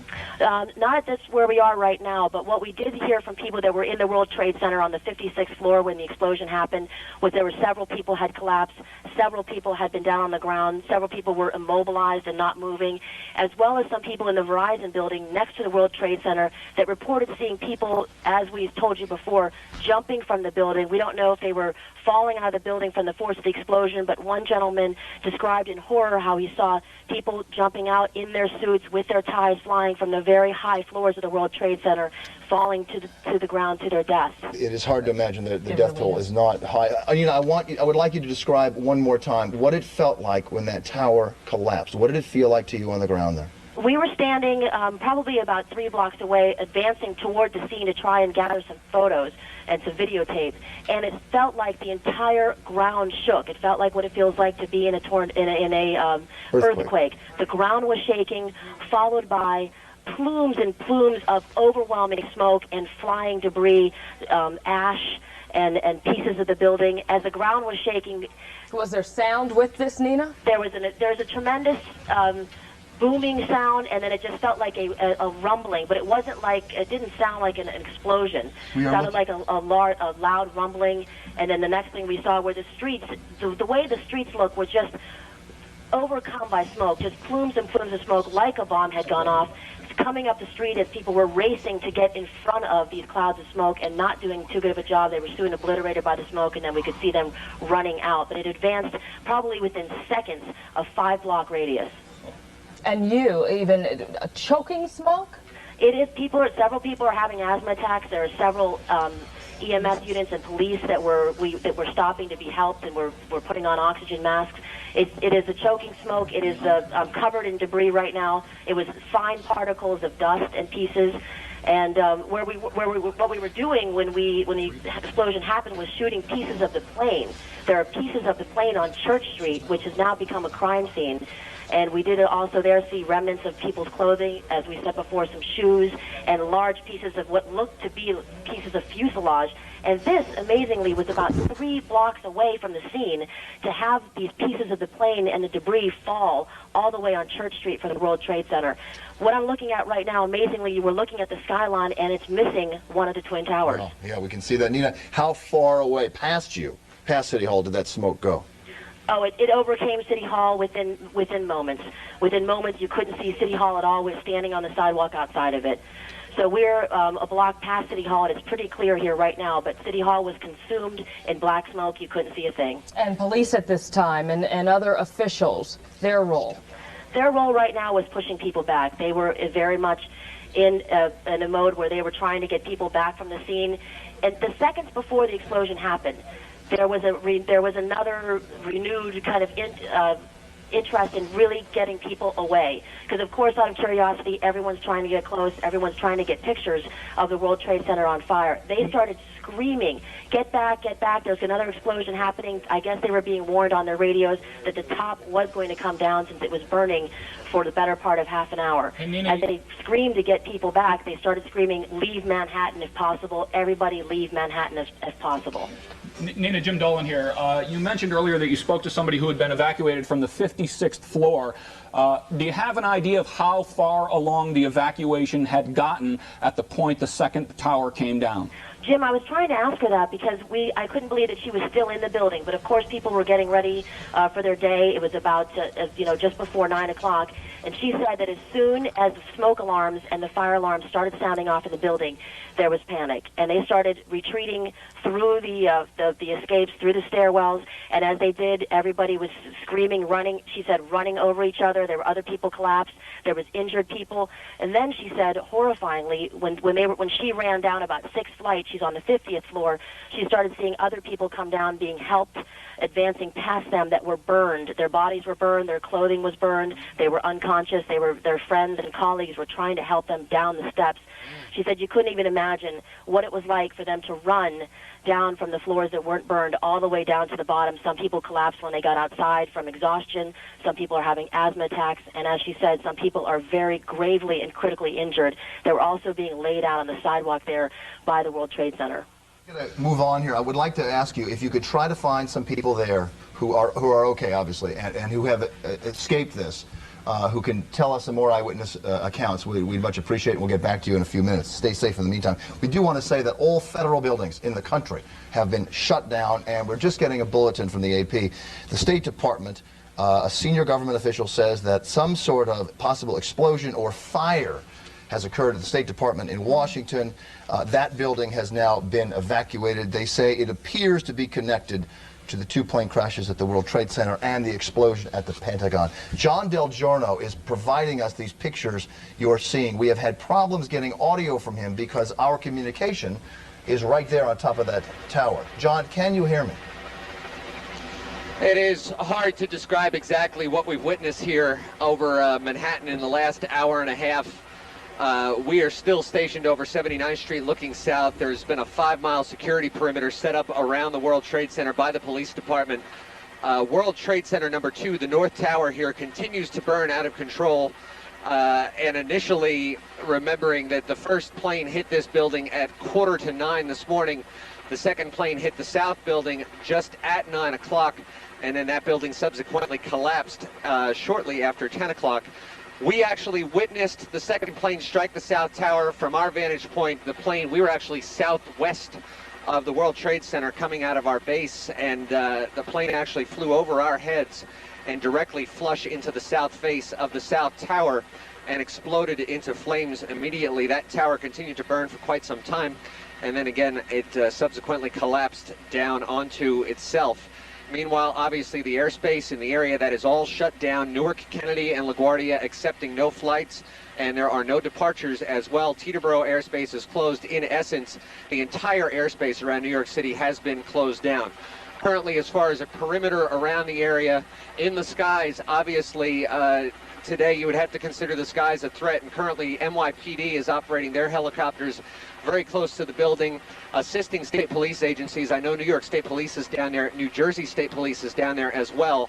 And interestingly enough, we about 10 minutes ago saw military fighter jets circling above Manhattan at about 2,500 feet, which is obviously something that you don't see here, and that is a security measure to prevent any further action from being taken. So that's the update from the sky right now. World Trade Center, the North Tower, continues to burn out of control, as it has since it was first struck by a plane at 8:45. The South World Trade Center tower has tragically collapsed. Really a momentous day in the history of the world as we witness this on the lower side of Manhattan. Can you hear us? John, can you hear us? Yes, I can just about make you out. If you speak slowly enough, I can answer all the questions you have. Okay, there is a question that I have. We had gotten word that every aircraft that's out right now is being asked to find the nearest airport and to land. And I'm wondering if that in itself doesn't pose another threat. Well, what they're trying to do right now, that order went out. We heard that order go out from Newark Airport's control tower a few minutes ago. That also has to do with a lot of commercial, with transient traffic, corporate traffic that comes in and out of the city, helicopters, corporate jets going into Teterboro Airport. They are being asked to find an airport outside of the area, find an airport other than Teterboro, Newark, LaGuardia, or Kennedy to go land at if New York City is their destination, because this airspace is immediately closed down. John? And as a matter of fact, I can tell you the only reason that we're really being allowed to stay in here is because the controllers know us, they know the end number on the aircraft, they know who we are. But I would venture a guess to say that we also will be removed from the airspace entirely. And I would guess that that's going to happen momentarily. As we said, we saw F-16 fighter jets circling over Manhattan just within the last 15 minutes or so. John, how much? Obviously going to set up a very tight perimeter. John, obviously it's Bill Ritter. We want you to stay as long as you can and as long as it's safe. You've been in it for a long time. I don't know how much gas you have left. Well, that's another question, because as these events continue to happen, Captain Paul and myself are trying to figure out the best and the safest way to bring this story to you. Well, you keep yourself safe, John. That's an order from Eyewitness News here. Let me just say, John, I have a question for you about that tower, but first we're getting word from the AP that the State Department, a State Department official has confirmed that a car bomb exploded outside the State Department. There is obviously a coordinated effort and some sort of assault here on the United States in Washington and New York. We will give you a summary in a second, but John, looking at that North Tower, ABC News is reporting that the fire continues to burn, and it appears that the North Tower may be leaning. Can you tell? It's hard for us to tell through all that smoke. It is hard to tell from this point, again, because I am exactly 5 miles away from it. But there's the shot of the North Tower, and if you line it up with the buildings down on the ground, Bill, I can't really give you an honest opinion on that. I will tell you that the fire, again, this plane crashed into about the 80th floor, and you'll see a gaping hole in the building. I'll brighten it up for you there. The fire appears to be spreading rather than subsiding. And again, obviously there's firefighting issues trying to get water up that high. But I really can't tell you whether or not the building is leaning or not. Okay, John, keep us posted. Again, an order from our news director, you be safe out there and try to bring us all the pictures, but also watch your gas tank. Thank you. All right, let's also go in our newsroom to David Ushery, who's been getting word on other closings in the area. Dave, you there? Yeah, I'm here, Lori. We're getting some, as we see some video here coming in right now, obviously from the scene, developing a very chaotic situation. These from our crews down there, and they have been working diligently. We're getting word of some schools closing, or getting more definition of that, and for parents who may have concerns about that, 3 area high schools have been evacuated. They are Leadership and Public Service, the Economics and Science High School, and both of those are located at 100 Trinity Place, and Murray Bertram, 411 Pearl Street. All other students, we're told, are being kept in the schools under heightened security right now. Parents and only parents are allowed to pick the kids up. Parents and only parents, so we need to stress that. Parents and only parents being allowed to pick the children up. The following schools have been identified now for triage operations for the treatment of the injured. That's Stuyvesant High School, which is at Chambers and West Side Highway, and PS 234, as well as PS 89. We should also note that we are told that Mayor Giuliani will be having a news conference, although of course that's subject to change, but we're told he's going to have it. When he does, we will of course have that for you. One other note, police, heavily armed police now guarding the Port Authority offices and the control tower at Newark. Of course, the airports are closed. PATH commuter trains canceled. New Jersey Transit right now continuing to operate trains into New York's Penn Station, but we're told there's no bus service to the Port Authority. New Jersey State Police have their emergency command center up and running. Right now, city and federal buildings in Newark still open, though, again, heavily fortified. That's the latest now. We're going to continue to monitor these developments, particularly with the schools closing. The other tower, as you can see, seems to be collapsing, David, as we watch. Unbelievable. This is, it's collapsing inward and it's imploding. This is a horrific situation you're watching, ladies and gentlemen. If you are a child watching and you do not have a parent there, I don't know what to advise you. If you can understand this. It's hard for an adult to understand. words cannot describe this. The North Tower of the World Trade Center, the second 110-foot structure that marks the landmark, that is a landmark of New York and Manhattan, and indeed the United States, has just collapsed. And if you look at the timeline in which all of this has taken place in such a short period of time, 8:45 until now at 10:29. Nina Pineda, can you hear us? Are you on the line at all, Nina? Nina is just a few blocks from there. And we do not have her amidst the chaos. We have not heard from Joe Torres. This is just so tragic that it's almost ridiculous to try to talk through this. It is so horrific. Until today, the worst act of terrorism on American soil was the. Until today, the worst act of terrorism on American soil was, of course, the bombing in Oklahoma City, an act of domestic terrorism, as it turned out. It pales, as horrible and as horrifying as it was, it pales in comparison to this. Jim, these are live pictures, we're told. You can see the smoke still on the ground, still filling the air there. This is obviously Lower Manhattan. We're trying to get an exact location. These are not live pictures because there was just an edit in there. So on a Tuesday in September, after Labor Day, the second Tuesday, this is a teeming business district, and it has been turned into chaos. This is earlier. Can we go back to the live pictures if possible? An hour and a half in which the world in the United States has changed dramatically. Sense of security has changed dramatically as at least 4 separate attacks on American soil against 4 symbols of American might. You saw the picture of the Empire State Building standing in back of that smoke. John DelGiorno, can you hear me? John DelGiorno, he cannot hear me. Yeah. All of the radios are now down. We have lost radio contact with John DelGiorno. The World Trade Center, of course, provides the transmission towers for many of the broadcast, both radio and television. Located on top of those World Trade Centers. Those tops, of course, now on the bottom. As Jim said, the biggest act of terrorism, foreign terrorism, was against the World Trade Center on February 26, 1993. 6 people died, 1,000 people were injured in that attack. And that also was designed, Bill, to bring down the World Trade Center. It was. Well, someone has done it. A coordinated attack. The timeline, Jim Dolan has the timeline for us. Well, started at 8:45 this morning when the first plane hit the North Tower of the World Trade Center. At the time, we didn't know whether it was an act of terrorism or an act of an errant pilot. Then a few minutes later, 9:03, the second plane hit the South Tower, confirming that is the second one. That's it right there. Forever Looking at that this was, and that's a video of that, confirming that it was clearly an act of organized, well thought out terrorism. And then just 30 minutes later, 9:35, a plane hit the Pentagon. All 3 of those planes were hijacked. The plane hit the Pentagon. There are no reports of how much damage that did. And then at 10:15, there was a car bomb at the State Department in Washington, also in Washington. 4 attacks in about an hour and a half that have changed. And there you see the second tower, the North Tower coming down, the South Tower coming down just moments ago. Horrible, horrifying sight. The World Trade Centers, the 2 twin towers that are landmarks of New York and Manhattan, and indeed the United States business community, exist no more. We do not know, ladies and gentlemen, what the death toll is.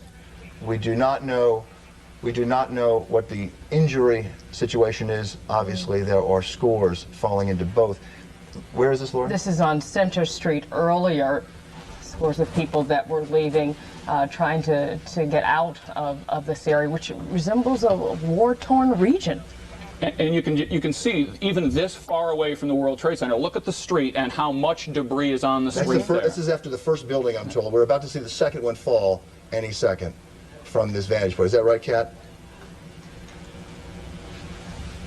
This is tape shot earlier, after the first tower collapsed, and we are about, as I'm told, to see the second tower collapse from the ground floor. And as you were, Jim, going over the timeline that existed, when this all started at 8:45, with the first plane going into the north side tower. 18 minutes later, the second tower being hit. South Tower was second. And then the attack appears to have moved from New York to Washington as a plane hit the Pentagon at 9:35. And then the State Department, a car bomb exploded. We're about to see it here, Jim. The second tower just completely collapses on itself. And we don't know what caused the collapse, but it appears that just structural damage from all that fire, although we do not know whether there was some sort of timed explosion, but it does appear that all that fire. And in the end, it doesn't much matter. The core was damaged. We know that from talking to witnesses earlier, people who were in the building. We do know the core of both buildings were damaged. The cores were damaged, and apparently the building just couldn't withstand the mass of the explosion. This is so surreal, ladies and gentlemen. We are sitting here watching this with you, and really we're trying to talk, but words cannot describe what we're seeing. We should point out, Bill, that we don't know how... Here comes the second tower again from the ground floor. This is from our Michelle Charlesworth vantage point. The north side. She was on the West Side Highway when her crew shot this, and this is, you see it just imploding. Bill, I think it is important to point out that we don't know how far the evacuation had come to this point, but we do know that we have talked to people on the ground who are at least on the 56th floor. We know that there were people high enough up in that building so that they... 45 minutes before the evacuation. Before the buildings came down, absolutely. And so it's fair to say that lots, hundreds and hundreds of people got out of that building without being terribly hurt. We know there will be casualties. We just don't want to make it worse than it is, because some people were clearly able to get out of that building. Before they came down, there was a lot of time to evacuate. Remember in the World Trade Center, the original explosion there, people got out of there very quickly. Remember the pictures from that? They got out of there very quickly in a very well-organized way.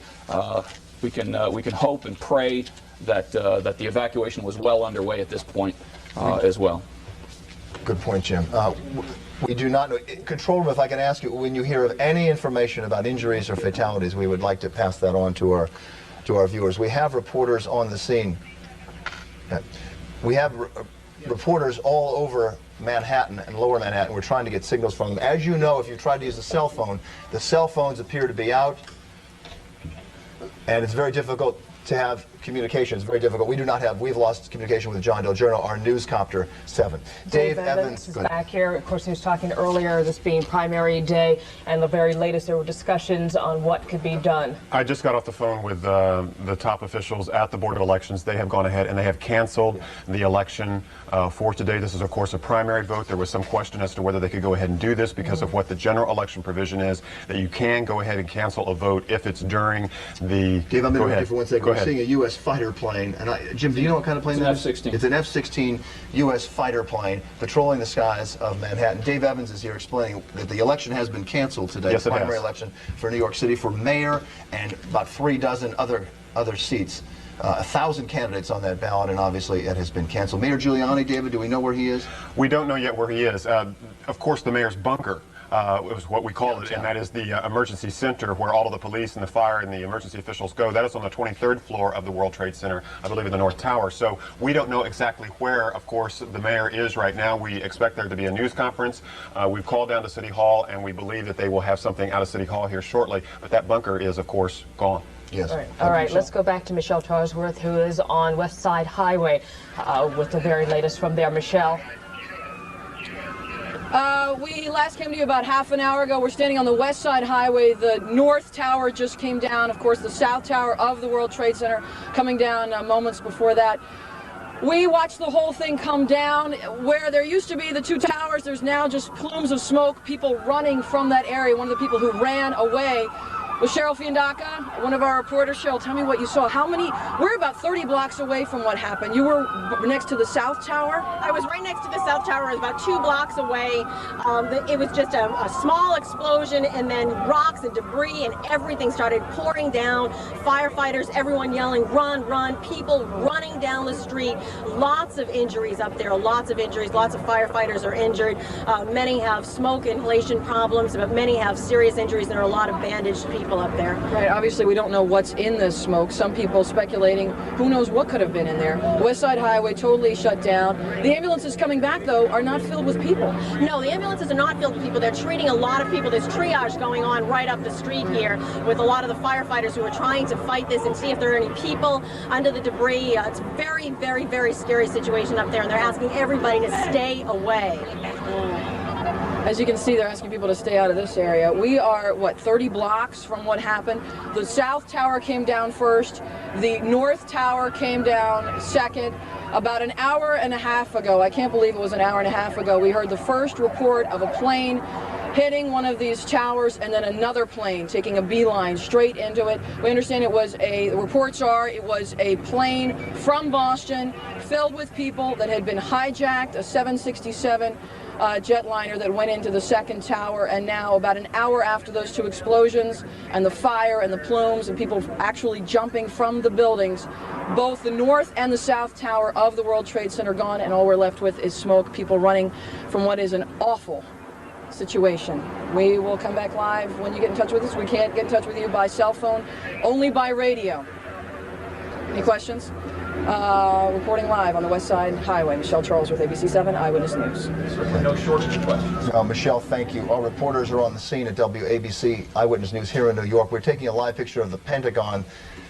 No, this is a picture, obviously, of the collapse of the second tower of the World Trade Center. The skyline of Manhattan no longer exists the way it did an hour and a half and 2 hours ago. Sandra Bookman joining us now, along with Jim Dolan, Laura Stokes covering this all morning, and Sandra Noah joins us.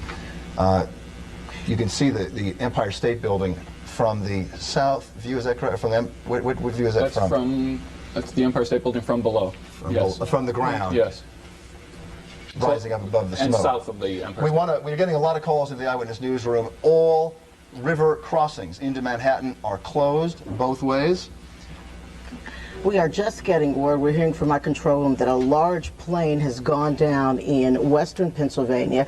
We're told that is from Somerset County in western Pennsylvania. Right now, we don't have any other information. As soon as we get that, we will let you know whether or not this has anything to do with the incidents that have transpired not only here in New York this morning, but in Washington as well. Keep in mind that all aircraft in the United States, all airports have been shut down for takeoffs and for takeoffs. Planes have been rerouted and told to land at the nearest available airport. That could very well be what happened in Somerset County. A large plane trying to land perhaps at a small airport. We just do not know. Again, there have been several apparently coordinated attacks on the United States. The World Trade Center, 2 airplanes crashing into the World Trade Center, one at 8:45 this morning, one at 9:03. At 9:35, a small plane crashes into the Pentagon. That is still on fire, as you saw just a couple minutes ago. This is a live picture from the West Side Highway, and again, we're up above from Newscopter 7. John DelGiorno is our reporter up in the air, but he cannot hear us, and we cannot hear him, because radio communication was coordinated and existed on top of the World Trade Center, which exists no more. And we can't say too often, because we've got people calling into us. They are not able to get out of the city. There's a reason for that. Most of the bridges and tunnels, as we said repeatedly, have been closed off. Police have done that this morning in anticipation of any other troubles, possible troubles. In fact, Art McFarland is standing by at the Lincoln Tunnel. Art, fill us in. What are you seeing there? All right, Rob. I'm going to do the setup. We are at the Lincoln Tunnel right now. Just one example of how New York City and the surrounding areas are shut down. Lincoln Tunnel completely closed behind me. You can see the Port Authority police have it blocked off. There have actually been people who live in New Jersey who've tried to come here and walk through the tunnel. Of course, they're not allowed to. What people are doing, if you can just follow me over here, Rob, you can see people walking here. They're walking west now on 41st Street, and what they're trying to do is get a ferry to New Jersey. There is word that there have been some ferries operating. There's no way, of course, to confirm that from here. But the situation, of course, very desperate for some of those trying to get out of here and make it over to New Jersey. As we go around to the right here, you can see the line of traffic over here behind me. Traffic is being stopped. now well away from the Lincoln Tunnel, not allowing any traffic to come down here. Port Authority police have been telling some of these motorists trying to come to the Lincoln Tunnel they might as well try upstate. One woman we spoke to said that she would try to go up to the Tappan Zee Bridge. There's no word on if there's any access there. But again, the Lincoln Tunnel behind me is closed. The most stark example of this tragedy that we've seen here at the Lincoln Tunnel, a man trying to get to New Jersey who said he had family and friends who work at World Trade Center too. He was hysterical, crying, wanting to walk through the Lincoln Tunnel to get to the rest of his family in New Jersey. That, of course, again, just an example of the catastrophe that we're facing this morning. The Lincoln Tunnel is closed. New York City is shut down for transportation. And everyone who approaches this access way to Manhattan is being told that no one knows when that the city will be open once again and people will be able to use this tunnel and other access ways to Manhattan. We are live at the Manhattan Plaza of the Lincoln Tunnel. Art McFarland, ABC 7 Eyewitness News. Storm, if you could take that picture of the George Washington Bridge very briefly, as we're looking at a live picture still. The bridge has been shut down. All river crossings, as you heard Art say, have been shut down. Ladies and gentlemen, we have some questions to ask Art. I'm sure you did too, and you wanted us to ask them. He cannot hear us. We cannot talk to him. The communications devices, both cell phone and the communications devices that we relied on the tower that existed once in that shot, do not exist anymore, and we can't hear him. Lauren Glassberg is at St. Vincent's Hospital. Lauren, can you hear us? Yes, Bill, I hear you. Okay. I've been outside St. Vincent's Hospital for about the past 20 minutes, and this is where a lot of the critically injured have been transported, especially after the initial planes crashed into the two towers. And then since the two collapses took place, a lot of people have been brought in with smoke inhalation. Now, there are dozens of doctors lined up waiting for the ambulances to pull up. Cars are pulling up as well. People who have been downtown are transporting the injured as well. Recently, we haven't seen as much blood as we've seen people covered with smoke and dust and just the debris from the collapse that took place about 10 minutes ago. This is a level 1 trauma center, so a lot of the critically injured are being transported here, and they have closed down the sidewalks surrounding the hospital, and I would imagine this will turn into a triage center right outside the hospital as well, depending on how many more injured come by. Back to you, Bill. Lauren, a quick question. Can you still hear us? Yes, I can. You are at St. Vincent's in the Village, is that correct? Right, on Greenwich Avenue and 11th Street. Okay. All right. We also want to point out that the interesting thing about covering a story like this when you live here is that in addition to being almost becoming part of the story sometimes, we have several reporters in downtown Manhattan near the area where the towers have gone down. Joe Torres, who you might have heard earlier this morning on this broadcast on the phone. We hadn't heard from him for a while. We want to let his wife and his kids know that he is okay. He was finally able to contact us, and he will hopefully have some of the what must be horrific pictures for us later today to let us know exactly what he's seeing and report to us exactly what is transpiring in the area of Lower Manhattan. Sandra, can you still hear me? Yes, we can, Lauren. I wanted to mention I was down there for the first collapse and literally had just jumped in a car. I was hitchhiking a ride to go over to St. Vincent's and was probably about 3 blocks from the tower that collapsed and was with Nina Pineda and some of our other crews and was terribly worried about them as well because the debris just followed us up north. It went for blocks, and as fortunately I was in the car, so I was able to get away, but that debris really scattered for blocks and blocks, and then the second debris, the second collapse as well. You just saw the smoke going everywhere, so it is very scary to be covering this kind of story with your colleagues and with people you don't know. It just brings everyone together. Everybody's looking out for each other and wanting to get to safety and make sure their next person is safe as well. Good point, Lauren. Stay with us, Lauren. Keep in touch with the control room, and we're going to get back to you. Obviously, you know, your thoughts at this point turn to as you watch the smoke and the tower collapse. One of the towers collapsing. Earlier today, your thoughts turn to your own loved ones if you're not in contact with them. There are reports only of schools in that area downtown being closed. We want to repeat, we have no reports yet of the rest of the city's schools closed. They are still open, and so we assume that our children are in their schools and they are all safe, of course. But the schools in Lower Manhattan have been closed. You heard David Ushery, and we're going to try to get David back on the newsroom camera if we could to bring us up to date with what's open and what's closed. But there are at least, I counted 4 schools in Lower Manhattan that have been closed and evacuated. we are getting word of this other plane crash. Jim Dolan, what have you found out about this other crash in Pennsylvania? Bill, it is a Boeing 767. We want to point out that it is not yet clear that this accident has anything to do with the rest of all this. It was a Boeing 767. It crashed about 10 a.m., about 8, certainly within the time frame of these other planes, about 8 miles east of Jennerstown, according to County 911 dispatchers. Again, we don't know, we don't have a casualty figure on that yet, and we don't know whether it is tied into the rest of this. That airport is about 80 miles southeast of Pittsburgh. Again, it was a Boeing 767, big aircraft, but we don't know how many people are on board or what the whether it's tied into any of this either. Could I just point out one last thing? People are clearly going to be very frustrated today because the cell phones are out. And we're used to calling our loved ones, telling them we're safe and everything. Good point. Those are probably going to be out for a while, and the bridges and tunnels are going to be closed for a while. They have to secure each of these, and then they have to put people on them to make sure they stay secured. So those are probably going to be out for a while. People are going to have to stay in the city and not be able to get into the city for a little while. It's people will undoubtedly be making use of payphones to call their loved ones, but no sense in panicking if you haven't heard from somebody who is downtown yet, because they just can't get to you yet. It is also a time to sit and reflect. There is nothing that most people can do.